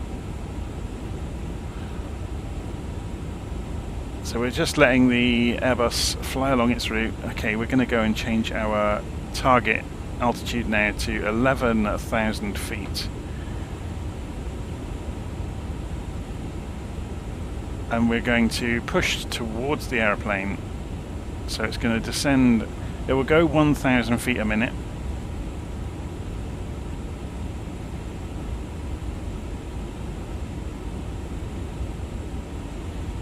Because I've told it slightly early. And you can see there's the plan. So you'll get a dot appear on the altitude ribbon soon. There it goes. Meaning we've gone slightly below the target. So it will continue going at 1,000 feet a minute and then come in to meet the dot. So it's already descending faster, look.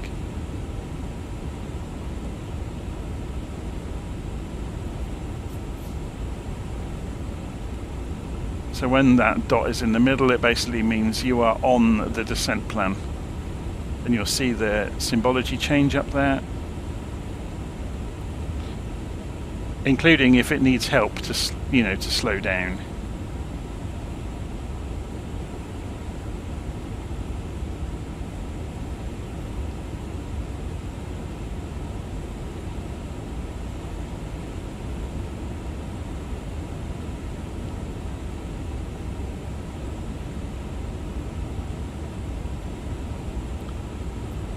Okay, I always laugh at this.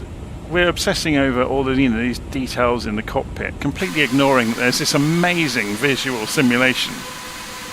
This photographic-looking aeroplane and amazing clouds and wonderful scenery below the clouds that we can't even see. And yet here we are obsessing over the nav screen and the primary flight display and the legs page, and digging through the various systems to look at things as we go. It's always fun, isn't it?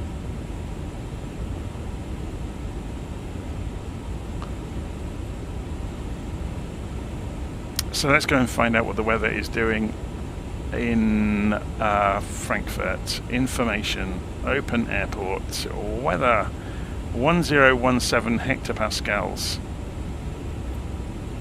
So we should be just around this corner here. Yep, we're about to drop in. So we'll hold 11,000 feet until we get to DF411, then we drop to 4,000 feet.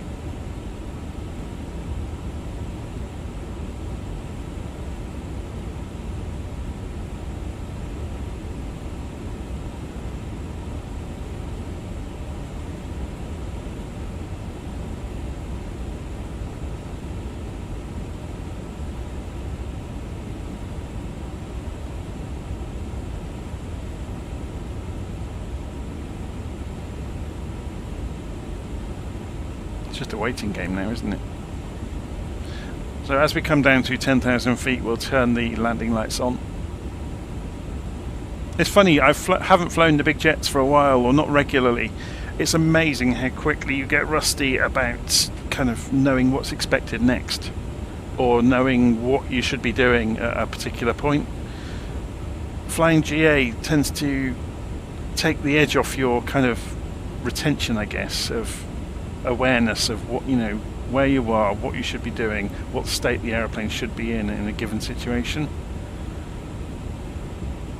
There's a lot more, and a lot of it, and none of it is like hard and fast laws then as such. It's just procedural conventions.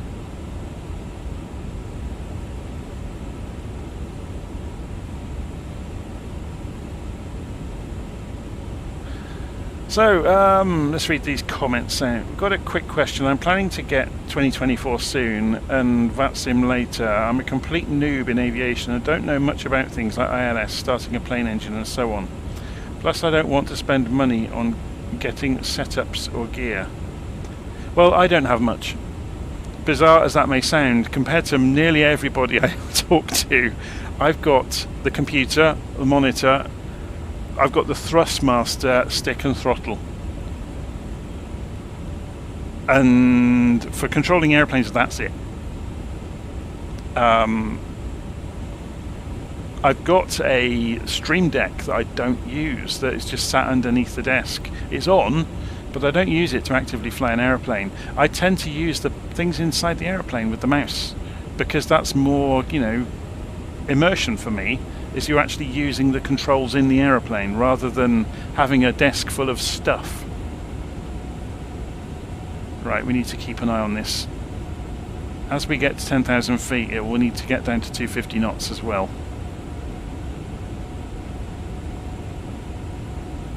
So have I got tips on where to start with? No, just avoid it not being fun. If you start and try to do too much and it's not fun, then there's no point doing it, in my mind. Obviously I'm coming off the back of maybe 5 years of continually learning new stuff, and it's amazing what you pick up. And I've obviously gone and bought books as well and read up on real world procedures and things like that.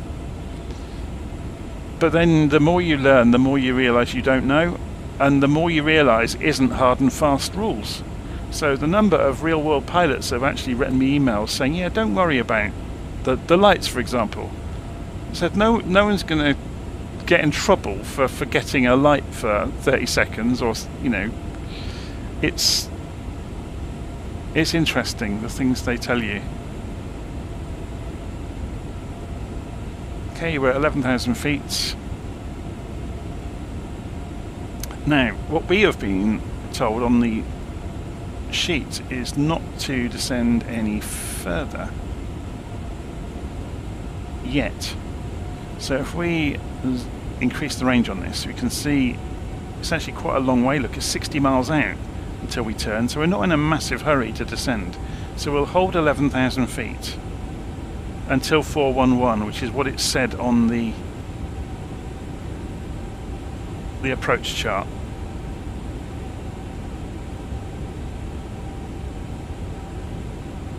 So if you're just going to use mouse and keyboard, you're going to have a nightmare. You will need some sort of joystick. If you can have a separate throttle quadrant, that's even better. But to begin with, Thrustmaster make a very good joystick that's got it's a replica Airbus joystick, and it's got a little throttle on the back of it. So you can get away with flying most aeroplanes just with that, because it also does rudder. The joystick twists, and it's very, very accurate. You know, so you don't get any kind of unintended movement from the stick when you're holding it in a given position. It's very, very good. So if you are going to get a joystick, I would recommend the Thrustmaster Airbus stick. It's got buttons all over the base of it as well, which you can map against whatever you want to do.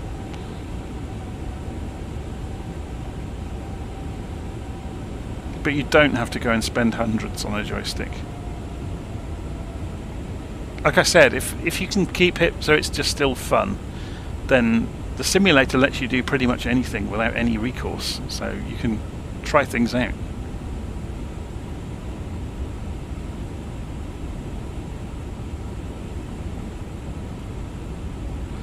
VATSIM is an interesting one. The biggest struggle with VATSIM is finding a route where you've got end-to-end coverage, so you can see the airplane's pulling back to 250 knots. So it's getting ready to drop through 10,000 feet all on its own. Yeah, so the big struggle with VATSIM is getting good coverage, and the only times it tends to happen consistently is when there's an event on, and then the problem then is you are in the sky with thousands of other people, potentially. So you may end up sat on the ground for hours waiting. Well, not hours, but a long time. The alternative to VATSIM is to go the AI route, which is what I've done just recently. I don't get to choose a lot of the time when I'm going to be flying, so I can't coincide with when a VATSIM event is on, for example. So AI has been a saviour for me, because I can get full coverage with AI air traffic services anytime I like. So Say Intentions has been absolutely transformative for me for that very reason. And Say Intentions does VFR and IFR. It's quite expensive, say intentions, but you can pay for it for 1 month and see how you get on. Same is true of things like Navigraph. Unless you're flying all the time like I am and you're going to rely on the data being up to date, you don't have to have a Navigraph account at all, really. The only time it really comes into play is if you're using something like VATSIM, where they're going to insist that you've got up-to-date AirAC data. Okay, let's go and pull the range down on this so we can see the numbers. So 411 is this one.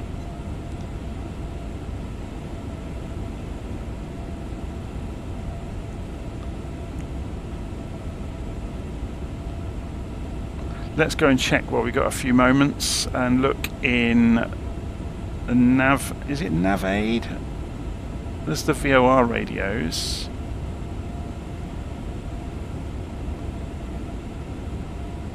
Yeah, so there's the landing system. 11115 and 246 degrees. Let's go double check that on the map. So if we pull up the ILS chart, we've got 111.15 and 246 degrees, so it matches. Very good.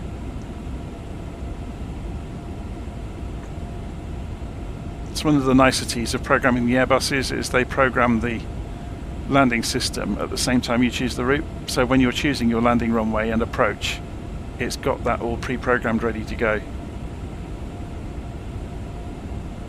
It's interesting, look, this hasn't got the same information that chart had on it.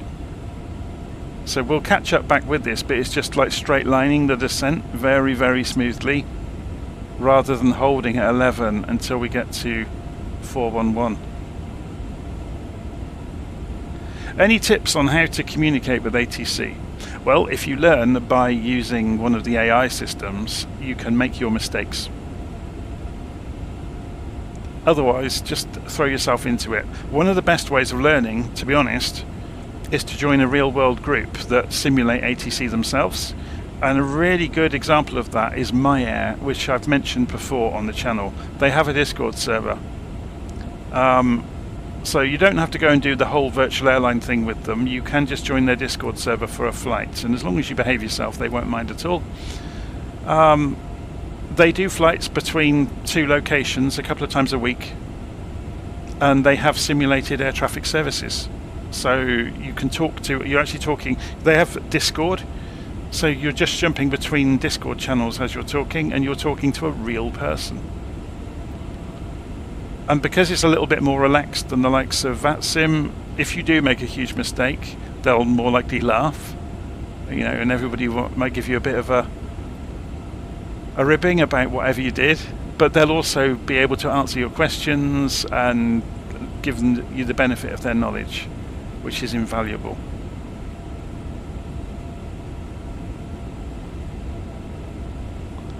Then obviously the next step on from something like MyAir is to go to VATSIM.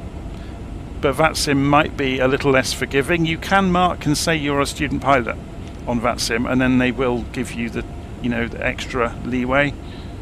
But you have to remember with VATSIM, there's lots of other people that maybe won't have as much patience because they are doing a flight and they want the airspace to themselves. It's very rare that anyone ever gets angry or frustrated, but it could happen.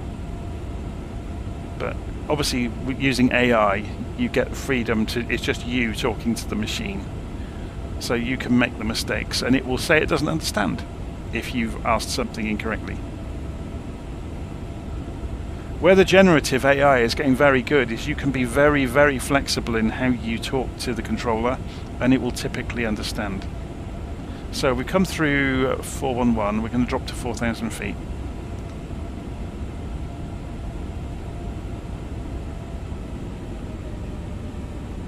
So engines are coming back, and aeroplane is starting to descend.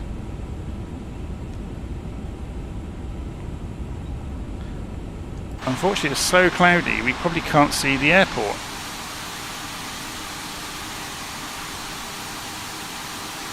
Or the river.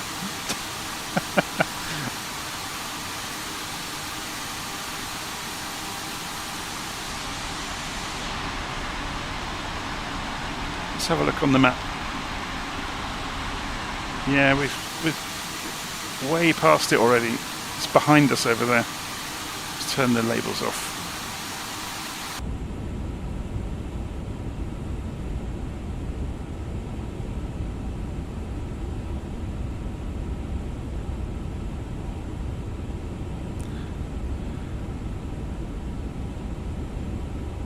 But it's interesting, the whole radio telephony subject, because it can seem very intimidating to start with, which is why it can be good to join a group flight. And if you arrange to be last on purpose, then you get to hear everyone else talking first, so you'll kind of get the pattern of communication. Especially on a group flight, if everyone's doing the same flight, you're going to hear the same instructions over and over again.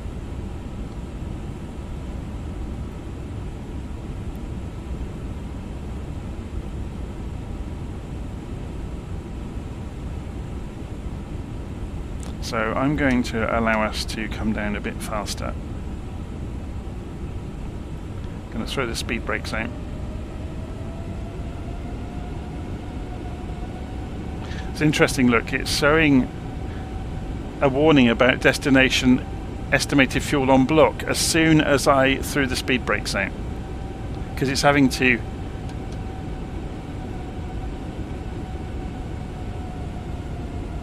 I've just removed the speed brakes to allow it to come down. It's fine. It was actually fighting against it. It was going to come down in its own good time and take no notice of what I was doing.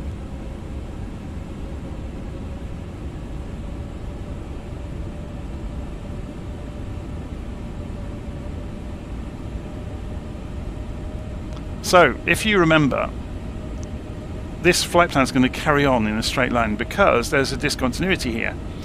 There's a manual step, so we're going to use that to our advantage. We're going to go heading mode. We're going to pull the heading knob towards us, which is going to leave it on the direction we're actually going. Okay? So once we pass through DF416, we're going to turn the aeroplane round towards DF626. Notice the flight plan line is a dotted line now.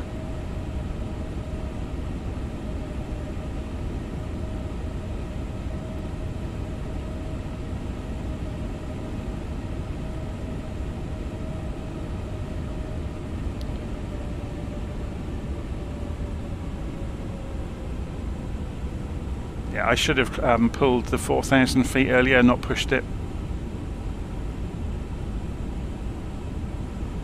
We didn't put the landing lights on yet either, did we? Let's go do that.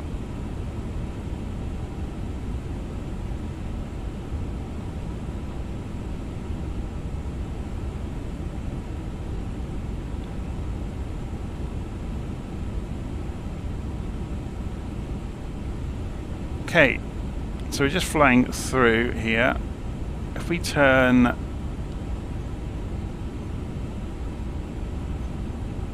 towards the waypoint,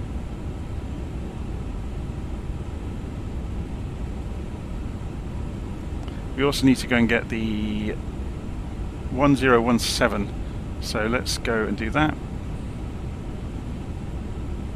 It's not so different than it was already.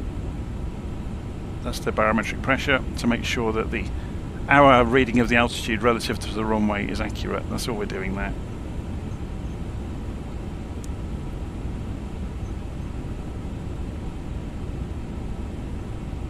So we're just moving the heading bug marker back towards this waypoint.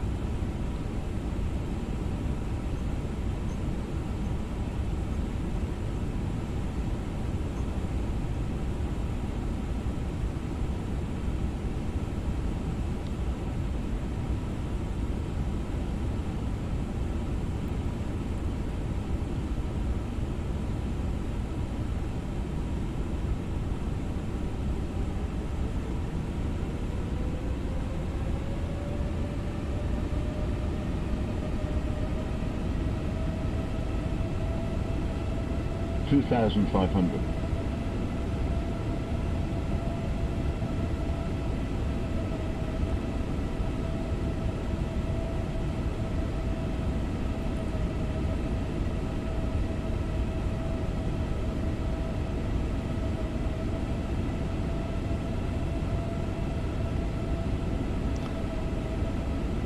2,500. So that's just reading out the altitude below the airplane, which is fine.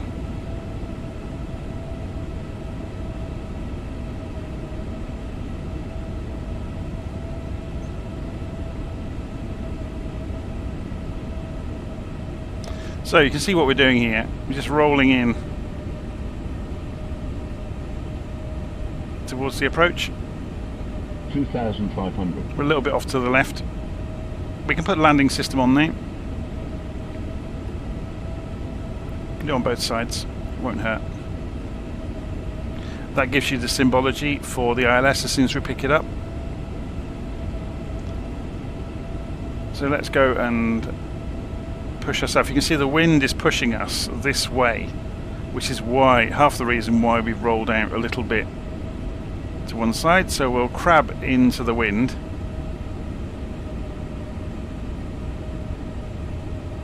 $2,500. So we basically hold 4,000 feet all the way in until we get to there.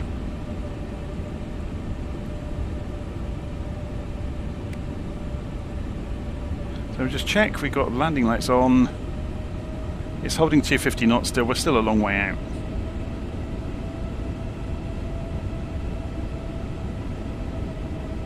I mean, if you wanted to, you could go back to managed mode and just pick up the next waypoint. So you could put flight plan on here and, you know, do a direct to whichever waypoint you want to go to. But I think it's more fun to do a manual approach from this point on.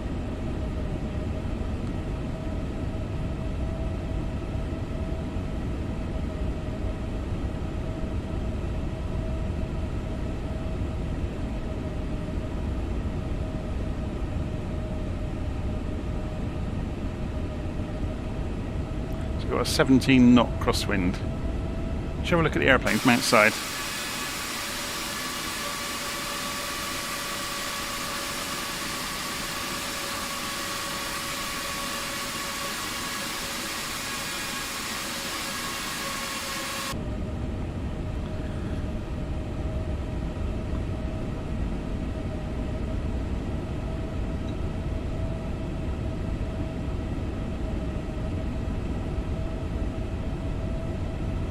So what we could do is, looking at this, DF620 is the important one.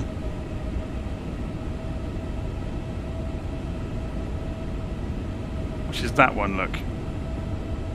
So if we did a direct to DF620, that's the beginning of the descent from 4,000. So we just do direct to, if we drop this down, insert direct to. So it's gone back to managed mode. Yeah. So cut that piece where we made the turn out of the flight plan.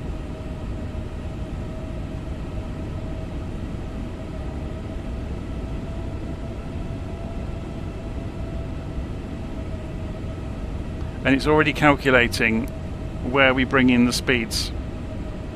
So we drop down. We decelerate to 146 knots.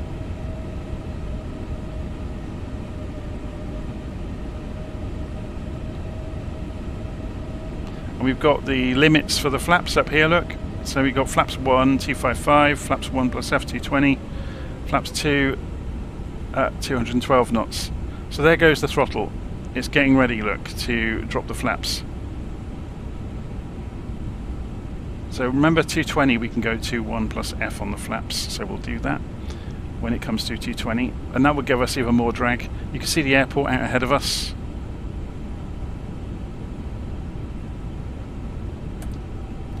Okay, we just commanded flaps 1.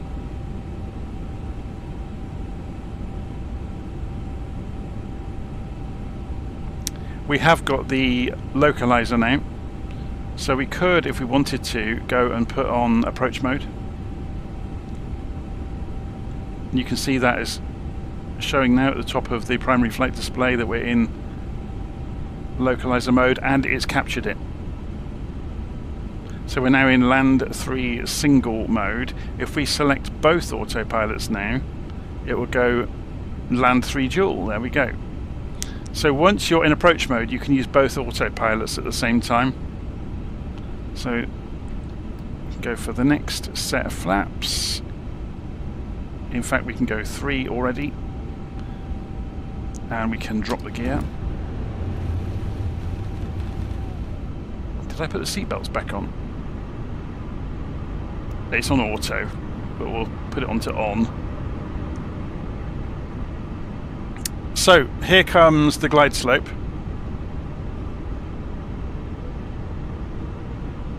The aeroplane will maintain 4,000 feet until it hits the glide slope, then it will start descending on it. So it will leave the altitude it's been commanded to stay at because it's in approach mode. You can only do this from below the glide slope, so if you fly into it. So essentially you can see it here. We're flying along at 4,000 until we hit this imaginary line that continues on up into the sky.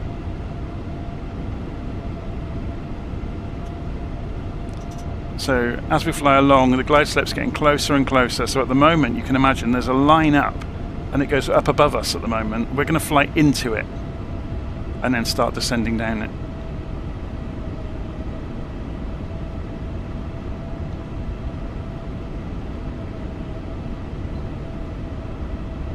So we're going to go for flaps, full flaps.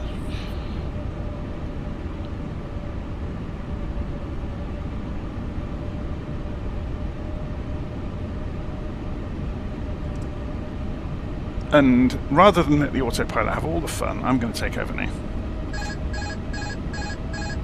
I have to press this red button to stop the alarm. So I'm just giving the wings a wiggle. Get a feel for it.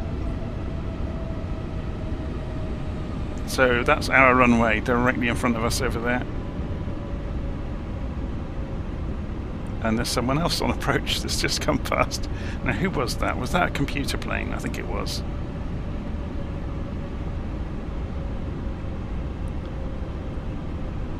So I'm going to let the autopilot continue on using the auto throttle. So all I have to do is direct the aeroplane. So I'm just keeping an eye on the localizer and the glide slope. So just to show you this, if you've never done this before, if we steer to one side, you'll see the diamond slip off to the right.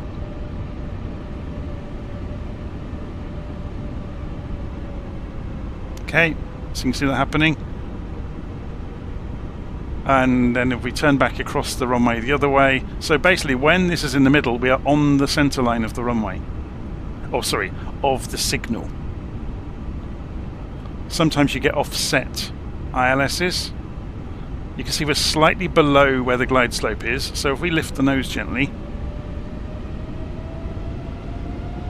we're now on the glide slope and we're nearly back on the center line, so we need to get the airplane pointing back towards the runway. But you take into account that you've got a crosswind, for example, in this case. So we're just playing to try and get these to stay where they are. We don't have to be able to see where we're going. We've got a nice little map here. So we could just do this like this. You know, it's not a problem. You don't have to see where you're going at all, and that's the whole point of ILS.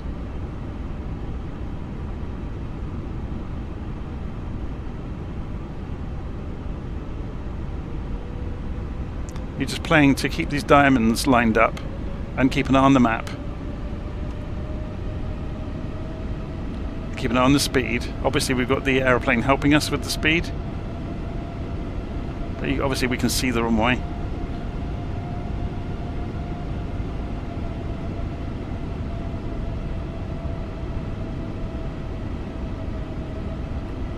So it's warning me that I've switched off the approach mode.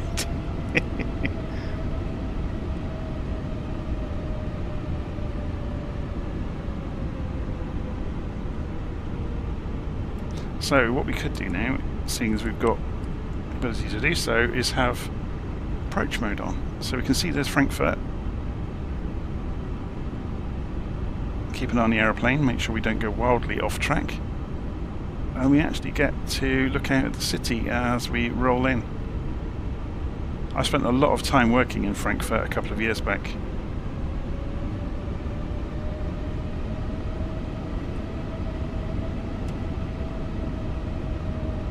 See, that's an interesting look. Pointed the aeroplane at the runway, and we immediately start skidding off towards the left.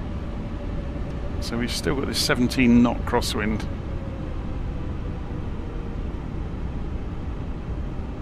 We can now see the PAPI lights alongside the runway. So 2 reds and 2 whites means you're on the glide slope, which agrees with what we can see here. So if we didn't have this, we can still use the PAPI lights. If you get more red lights than white lights, you're too low. If you get more white lights than red lights, you're too high. Like now. So I've got 3 reds, look. Now back to 2 reds. So I'm kind of I'm swashing the aeroplane around on purpose, so you get to see the changes.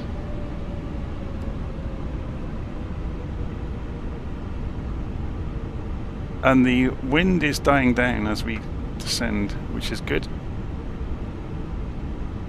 So maybe we won't have so much of a crab angle when we come in.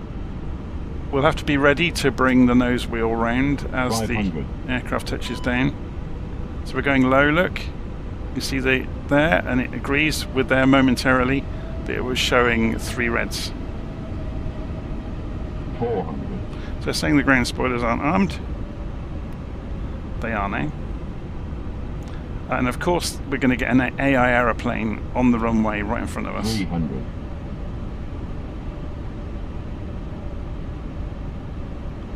Oh, he's just crossing, that's okay. He's trying to line his tailplane up with us, isn't he? So getting ready on the throttles 200. to pull them back.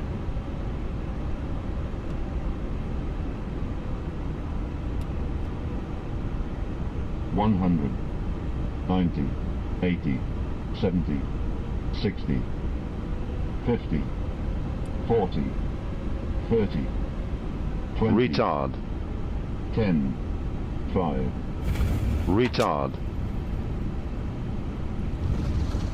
Had a bit of a bounce then, and it hovered, which wasn't great. So we've gone to reverses, and then wheel brakes. Should we look at that from outside?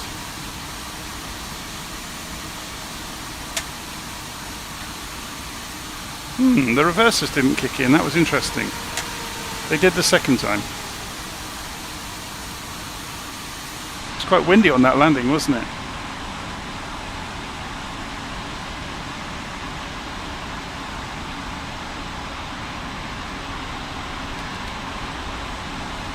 So we'll follow this guy in front of us over here. We come off the high-speed exit.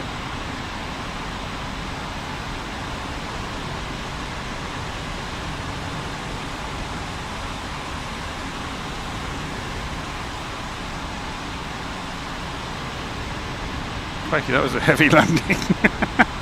And he's got no runway left. He's going in the dirt.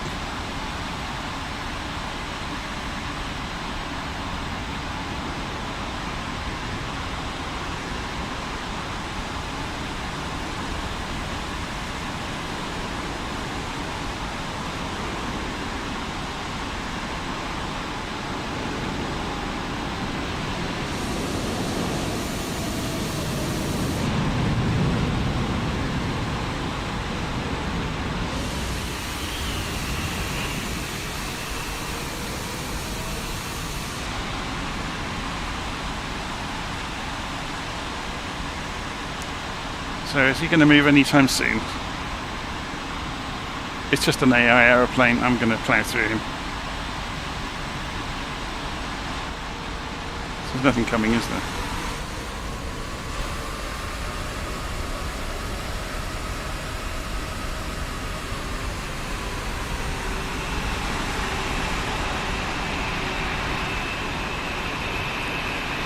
Just get across the runway before he comes and takes off. Obviously, if you've got ATC, then you get guidance. We just have to keep our eyes open.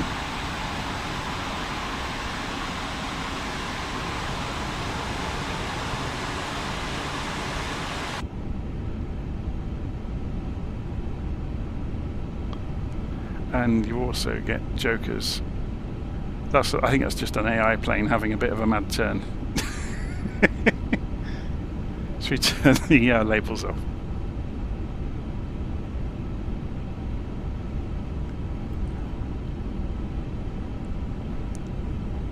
So, on the way back in, if we want to, we can turn the APU back on.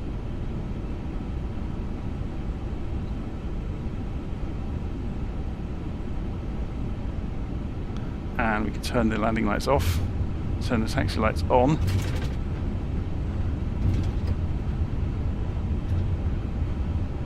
Oh, so is it 747 going?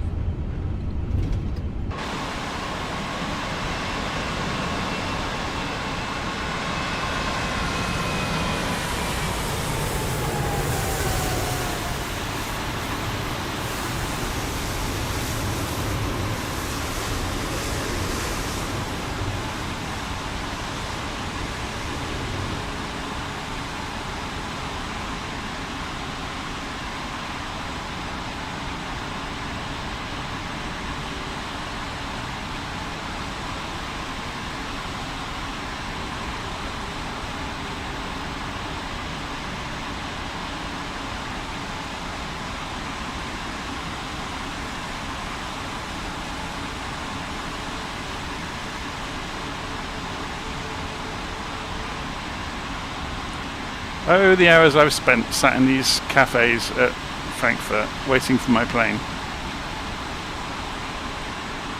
There's another one on the end of that terminal there. Excuse me.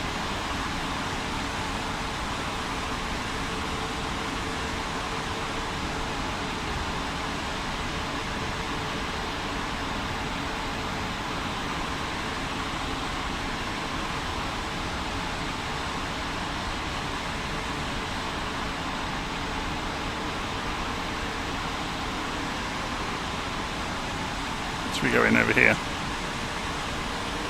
So obviously we have no ATC today, so we're just finding our way.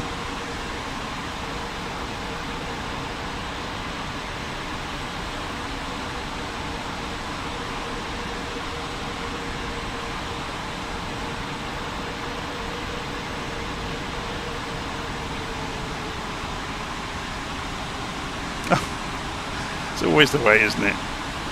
AI aircraft, eh? I guess if we look inside, we can see inside them. Should we just move slightly? That's funny, isn't it?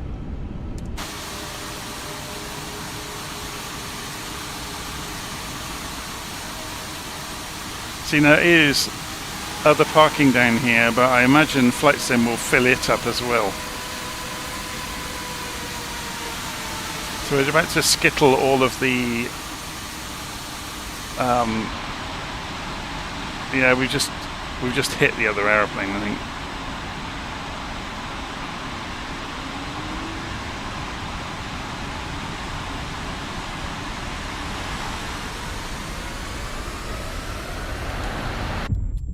Yeah. Okay. That's just the simulator being the simulator. We're going to leave it there. So we saw a flight. And that's some interesting bits and pieces. So we actually, let's go and restart the flight. I'm not going to actually fly it again, don't worry. I want to see what the settings said in the tablet.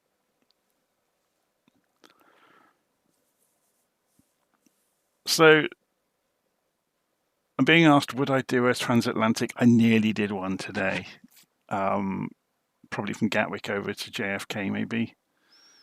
Because obviously it's well within range of the A350.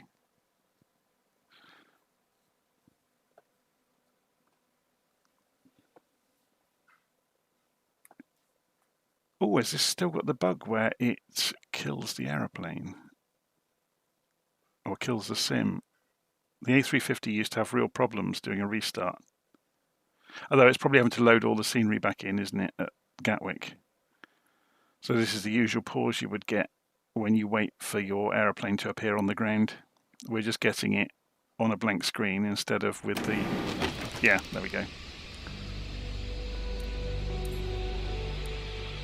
So the thing I wanted to go look at quickly in the cockpit was this screen. So if we go and turn the batteries on briefly, I just want to make sure that I get the labeling correct in the procedures.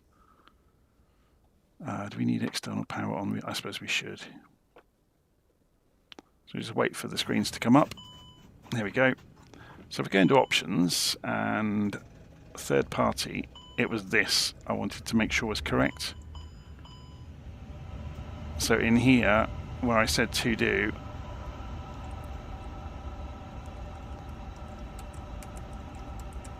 select Navigraph as nav data source. Select update nav data.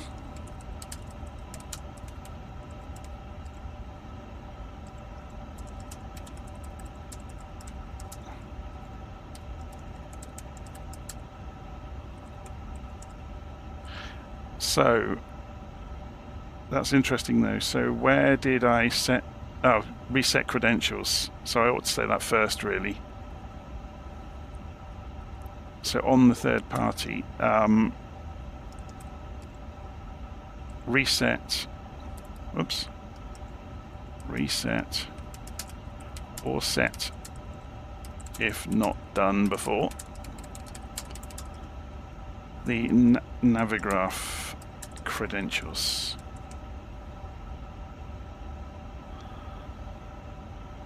Okay, so I'll go and save that on my own time. It's just to show you these documents are a living, breathing thing. I do update them as I spot things. So as I go back and fly aeroplanes, if I see something that's wrong, or flat out incorrect, then there was an interesting one there, wasn't it? I'm going to put a footnote on this as well. Say, if you update Navigraph data while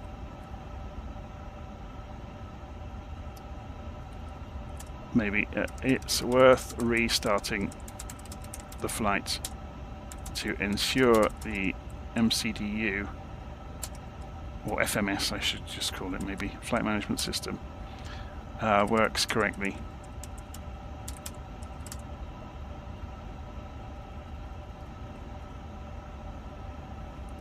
End to end.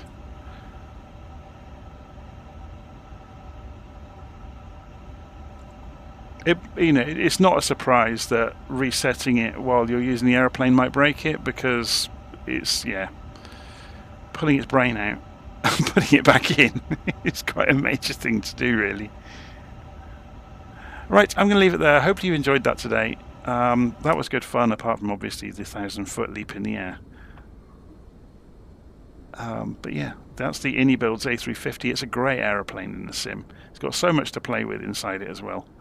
So yeah, as I said, I'm going to leave it there, and I'll see you all again soon. Take care.